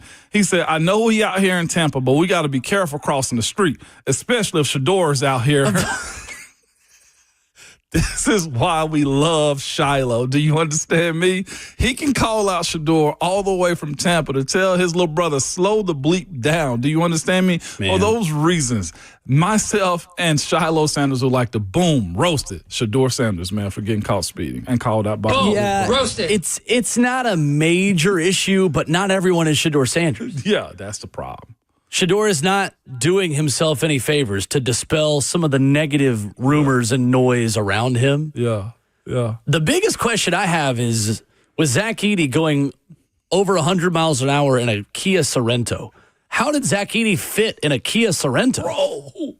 Bro. That seat's got to be rolled all the way back. I'm talking about knees up in Zach his Edey chest. needs some kind of massive truck. Listen. Something with some towing capacity. I know Kia's got some of the best warranties around, but do I trust a Kia enough to be driving 100 miles per hour in it? No. Respectfully. Respectfully. Do you hear what happened, though, with the arrest? No, what happened? Oh, he got put on the free throw line because there was a foul called on the officer that arrested him. He's shooting That's too. a foul on the state trooper. Edey to the line for 2. Hey, you can tell he been in Memphis for a while. Edey to the line for 2. State trooper, you can't touch him. Cannot Actually, touch no, he breathed on Zach Edey, so put him on the line. Put him on the line. Am I bitter? Yes, I am. Still am, man. Justin, what you got for us? I got 2 for you guys. Let's start with sports fans everywhere. Do you know what the ratings are for the NBA Finals and the Stanley Cup Finals? Low. I do not. They are severely low. Everyone's watching Love Island. Yeah, right. So we're going to start with the NHL. 2.5 million viewers was the average for 6 games. 2.8 million for the series-clinching victory in Game 6 last week. It's 4.17 million down from last year. The people are missing out on some quality sports, and I don't understand it. Now, for the NBA Finals, the average is 9.18 million viewers. for Game 7s. Now, the Game 7 last night it's not been released for the viewers, but Game 7s going back to 2016, 31.02 million viewers. Now, of course, you've got star talent in LeBron, Steph Curry, whatever. But golly, what are we doing not watching these sports fans everywhere? Boom. Roasted. I know it's June, but that's all you got to watch, and it's fun entertainment. That's true. I don't get it. Plus, you're missing your hockey minute. That's what I'm talking about. Lean in, I like it. Lean in, Hawk. Joke. Heck yeah. Where's Slay when you need him?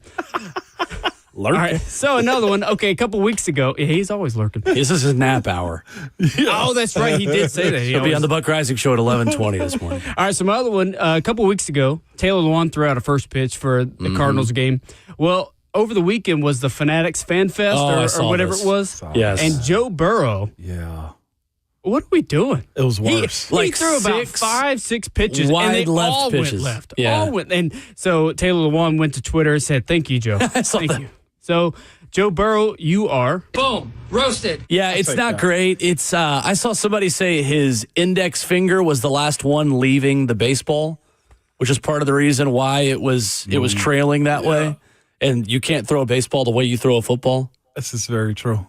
Although you would know more than me on a this. lot of pitchers do in this warm up world. with footballs, though. Yeah, that's true. That's true, too. Just the arm motion of it. Joe's finishing it like it's a quarter. I mean, like it's a football.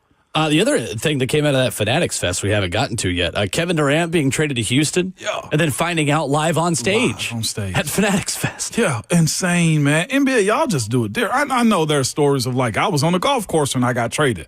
But like, KD is at a public event right now. I was on stage. Literally on and stage. He said, well, we're going to find out, and just kind of laughed it off. Goodness. On top of that, Tom Brady was the one that won the $1 million prize too. Like, Tom, what are you serious? You have to win Fanatics Fest too? What did that entail? Like, how did you win it? Some competition that Tom Brady won. It seems like it was a fix to me, no matter what. Classic. Yeah, classic Patriots.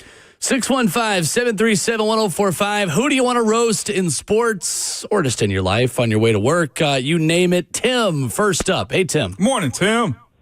Hey, good morning, guys. I got a roast for y'all, man. I'm going to roast all of y'all on this talk show, man, because I missed that past and present earlier, and then I heard a caller call in about Smash and Dash, CJ2K, and Lindell White. Y'all forgot about Kerry Collins in 2008 that got us to 13-3. Wow, that's true. Very fair. Kerry, he gets talked about, but I feel like because he got clipped, though, too, at the same time. Wasn't it? Like, it was good, and then it wasn't fast. I agree, Tim. Kerry Collins. Kerry Collins, absolutely underrated. Boom. Roasted. For leading this team to 13-3. That's crazy. The last 13-3 has been there in a minute. Double digits that high? I can look that up in a little while. Yeah, it was, that season was so much fun. So much fun. The ending, unfortunate, obviously, but so much fun. Yeah, that's the last 13-win season, 2008. You know how many years Kerry Collins played, too, by the way? A lot. Yes. He had some staying power. Oh, yeah. 17 seasons? Oh, yeah. He was around. What in the world? He was around. New York for 5, Tennessee for 5, Carolina, Oakland, Giants, New Orleans, and Indy. Finished in Indy. 17 years. 2011. It's a stretch, dog. Goodness. Ryan next up with a Monday roast. Hey, Ryan. Hey, guys. How are y'all? Great. Good morning. Good morning. So I don't know if you guys saw or not or watched it yesterday, but the game from yesterday, the College World Series from Coastal and LSU. Yep. Man, I'm going to roast the home plate umpire. You can't just toss coaches for getting your little feelings hurt, especially the first base coach. Should have never got tossed in the first place. So I'm going to roast him, man. You guys have a good week. We'll talk to you again soon. Thank you, Ryan. Roasted. Couldn't agree more. Yeah. Couldn't agree more. We talked about that early this morning in hour one. Angel Campos. I hate to even say his name. That's real. Because when umpires are household names, it usually means they're just really bad. Yeah. And he's really bad. And Can't happen. What's wild about it, like I said, the first inning, like you said, it should have been a breathing point as it pertains to how he processed everything else that happened. And for the coach, for the referee that fell to the ground too, him adding that second game was solely based on embarrassment. If you can go back and watch the clip of him falling, rolling over, and getting up, you see him look around his shoulder to see who's all laughing at him. Then he holds up the 2 fingers. That right there was Bush League, and on a lot of different levels it was. So in 2011, Angel Campos, as an MLB umpire, he ejected former Royals catcher Matt Trainer after Trainer was arguing with him despite not even facing the umpire. Matt Trainer had his back turned and got thrown out by Angel Campos in MLB. In 2012, he threw out Dodgers star Matt Kemp, Braves legend, when he was arguing balls and strikes in the dugout. That was a whole thing as well, while sitting in the dugout. Seem to be just very prideful and having in his mind how he wants the game to go, which I get it. Schnall, to me, I didn't think was a hot-headed guy. No, Kevin Schnall, the Coastal coach. And you always look at that situation. Most coaches are going to argue balls and strikes, and that's also to get you to look at what they're seeing or why. So Angel Campos in 2012, when he threw out Matt Kemp, this is the story from Don Mattingly, the then Dodgers manager. So he was thrown out for arguing balls and strikes in the dugout. So Andre Ethier, that's a name I've not thought of in a long time, was at the plate for the Dodgers. Don Mattingly said after the game, guys were barking about pitches. Angel looked over and said, I don't want to hear any more. And a little later, Matt Kemp said, let's go, Dre, cheering on his teammate, Andre Ethier, and got thrown out for that. No. Say, let's go, Dre. Thrown out. And thrown out. How in the world is this guy at a College World Series? Fragile. In that game, of all games. In the championship game. Yes. Yeah. Inexcusable. I will hear no defense of Angel Campos in this. There wasn't absolutely even none. any animosity between the two groups, between the two teams. That's what's even crazier. You've got to be able to have a conversation. Yeah. That is arguing balls and strikes is one thing. But according to what the head coach Kevin Schnall said postgame, said, I was shooed away when I asked to have a conversation. That can't happen. No. Can't happen. If you've had the conversation, then you argue balls and strikes, okay, we can go down that road, but that's not what happened. But then it's also taken away from like the banter that you have with the umpires and the coaches is a part of the 100%. I mean, it's part of what you love about the game. Yep. And to me, I felt like he dead it out. He killed Coastal's momentum before he could even get going for a team that was good enough to make this a Game 3 matchup. 100%. Jay next up with a Monday roast. What's up, Jay? Yeah, hey guys. Let's roast the soccer morons taking over Broadway Friday night. Oh God. This is America. Well, you keep your little flares and all that crap over there. Easy. Where you belong. Come on. Keep your flares at home. This is America. We're not playing that crap. I don't know if y'all saw what happened up in Philadelphia in their stadium this weekend. The flares. Same bunch. You try that down here, you're probably going to get your head cracked. Okay, Jay. Jay, easy. Who hurt you, Jay? Jay. Were you on the other side of one of the fire? I'm going to roast Jay. That was a little too aggressive for a Monday morning. Yeah, come on, Jay. That was a little bit too much. So right the there. I get it, but come on. Esperance fans from Tunisia. I was at the game last weekend. It was really fun. Yeah, I remember their crowd was awesome. I was actually showing Ramon a video of it in the break. It was pretty cool. The atmosphere in Geodis that they brought, but there were some arrests because they marched on Broadway last weekend or last week, and they were shooting off fireworks. You can't do that. Is this also part of the worldwide soccer culture, though? It's sports culture. Did you see what the Eagles fans rioted in Philadelphia? Exactly. Is that happening in America? Yeah, it happens all the time. Happens all the time. Fans descend on downtown streets and celebrate all the time. This was just, before the game. Not after the game. Exactly. Yeah, I mean, but that's part of it. This is America. Yeah, okay. Come on, Jay, don't do that. Well, let's go see what Oklahoma City was like last night after the Thunder won the NBA Finals. Seriously. Or Florida. Well, the celebration Florida had. They were pouring beer off the top rope and throwing cans everywhere. Like, what are we talking about here? Yeah, Come on, Jay. I said, what a lovely call. We appreciate it, Jay. But not in that sense. We get it. This is America, Jack, but this is also a global game on a lot of different levels. Jay sounds fun at parties. Jay probably is a head basher at parties. And cracker. From what he said. Crack some heads. Around. Lord. 615-737-1045. If you have a Monday roast for us, like Jay did a minute ago, we can get to that. Plus, a media deal in college sports. How about this? The Pac-12 has a media rights deal. Too little, too late. But we'll tell you where you can watch Pac-12 athletics in the future coming up next.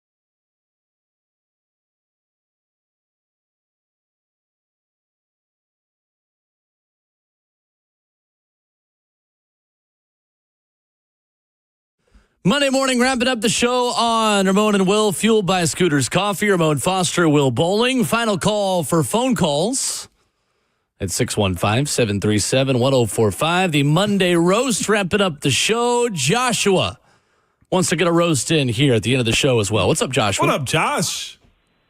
I'd like to know when Buck Rising went and put a flare in the previous caller Jay's boxer shorts. Dead serious about that. Yeah. Because those flares could have been useful for other things, such as car wrecks needing to be flagged down so the police could get to them. I mean, come on. What are we doing here, man? I appreciate that, man. Boom. Josh. Roasted. Thank you, Take Joshua. that, Josh. Good rebuttal right there, man. The flares were a bit problematic. Like, you can't shoot off fireworks and things as you're marching down Broadway as a fan base, but that's not necessarily just a outsider problem. Outsider problem, exactly. I mean, there are chaotic celebrations for American sports fans as well. Every single place, man. So, I appreciate the backing up with that one, man. But, anybody call in, man. A boom roast anybody, Will. I'm here for it. Also, again, I roasted myself in first hour by saying you can't get sick at your kids' games, man. I called Uncle Earl this weekend at an IHOP restroom. Fell asleep during the game. Uncle Earl. I did. Dude, it was the first time I'd done that in a very long time. And I felt it coming up, too. Oh, my gosh. Not fun. Yeah, not fun. Not fun at all. Ross Dellinger reporting this morning that the Pac-12 has found its media partner. What? Come on. What? He's in the Ross. he had some other breaking news this past weekend, too. Of the Ross lawsuit. Dellinger? Yes, the lawsuit. We'll get to that in a minute. Yeah. Ross Dellinger writing that CBS Sports will be the media partner for the Pac-12. Okay. The Pac-12 is back. Okay. Ladies and gentlemen, and they will also add Texas State, the Pac-12, into the membership agreement that will start in the fall of 2026. No deal is finalized. Months-long courtship, he writes, is expected to reach a crescendo this week when the formal extension of an invitation may be made. So the addition of Texas State, Sunbelt School in San Marcos, would give the Pac-12 a necessary 8th full football-playing member, which is a requirement by the NCAA of all FBS leagues. So the expansion would be the latest in the rebuilding of a conference that essentially was gutted with 2 teams left. So the new 5 teams, in addition to Texas State, San Diego State, Boise State, Colorado State, Fresno State, and Utah State. Oh, my. And then Gonzaga in basketball. Oh, my. I mean, basically, this is just the Mountain West again with a couple of other teams. Boom. Roasted. Sorry, finger slip. It is, man. Like, I mean, it'll be cool seeing the logo again, but that's about all that's the same about the Pac-12 anymore. It's just the logo is going to be there again. Yeah. It's the Pac-8. It's the Pac-8. It just asks who are the 8. You just gave them up right there. I think there's a little bit of a delay, but that is low, man. How far that conference has fallen. Like, I laughed a little bit right there just on the basis of, like, that was who the SEC rivaled for a very long time. When USC was doing this thing out west, man, Oregon was still a powerhouse like that. Now those teams are in the Big Ten. Like, what a fall from grace that is. So last season, the Pac-12 offered 3 other teams membership, Memphis, Tulane, and South Florida. Because nothing says Pac-12 like South Florida. And exiting the American Conference comes with a penalty of $20 million. Yeah, no. That was a no-go. Yeah, it's a no-go. UNLV hasn't made the move to replace those departing the Pac-12. The league added Hawaii, UTEP, Grand Canyon, Northern Illinois in football, and UC Davis, the Mountain West, in all sports except football, UC Davis. So, again, that is the thing about the conference realignment stuff. Like, we're just recreating the same low-level conferences. They just have new logos now. You're just dating everybody has-beens, I feel like, at this point. Like, for the Pac-12 to be associated with South Florida, I mean, come on. What are we doing here? I mean, we're talking about UCLA and USC being part of the Big Ten. Yeah. Like, you're just dating whoever will say yes at this point to get money. So Texas State's Sunbelt exit fee is $5 million. If the school gives the conference notice before July 1st that it's leaving July of 26. So that figure goes up double in 7 days, which is why this is getting done now. But CBS Sports, where you'll be able to get The Pac-12. The Pac-12's deal with CBS extends a 1-year agreement struck earlier this year for the network to do 2 football games, the Apple Cup and then the Pac-2 game between Washington State and Oregon State. That's ridiculous. There you go. As part of the package, network gets the league's football championship and men's basketball tournament championship, as well as at least 3 regular season football and men's basketball games on CBS and Paramount Plus. More games on CBS Sports Network. There you go. What a fall from groundbreaking stuff. That's tough. We're back at it tomorrow morning. Austin Price will be here. A massive recruiting weekend that you may or may not have been in the vicinity of. It was. In Knoxville. It was good. This past weekend, including number 1 overall running back in the country, Savion Hyder, who was on campus. We'll get the latest from Austin on that coming up tomorrow. Much more to come. There is no offseason on Ramon and Will, fueled by Scooters Coffee. We are locked and loaded for 4 more hours tomorrow morning. You best believe it, good people, man. Enjoy your day. Again, watch after your elders, as it's going to be a heater outside today, and watch Love Island USA, please. Watch Love Island. Remember it all. Get back to me. Your Twitter fingers and your mic is always hot.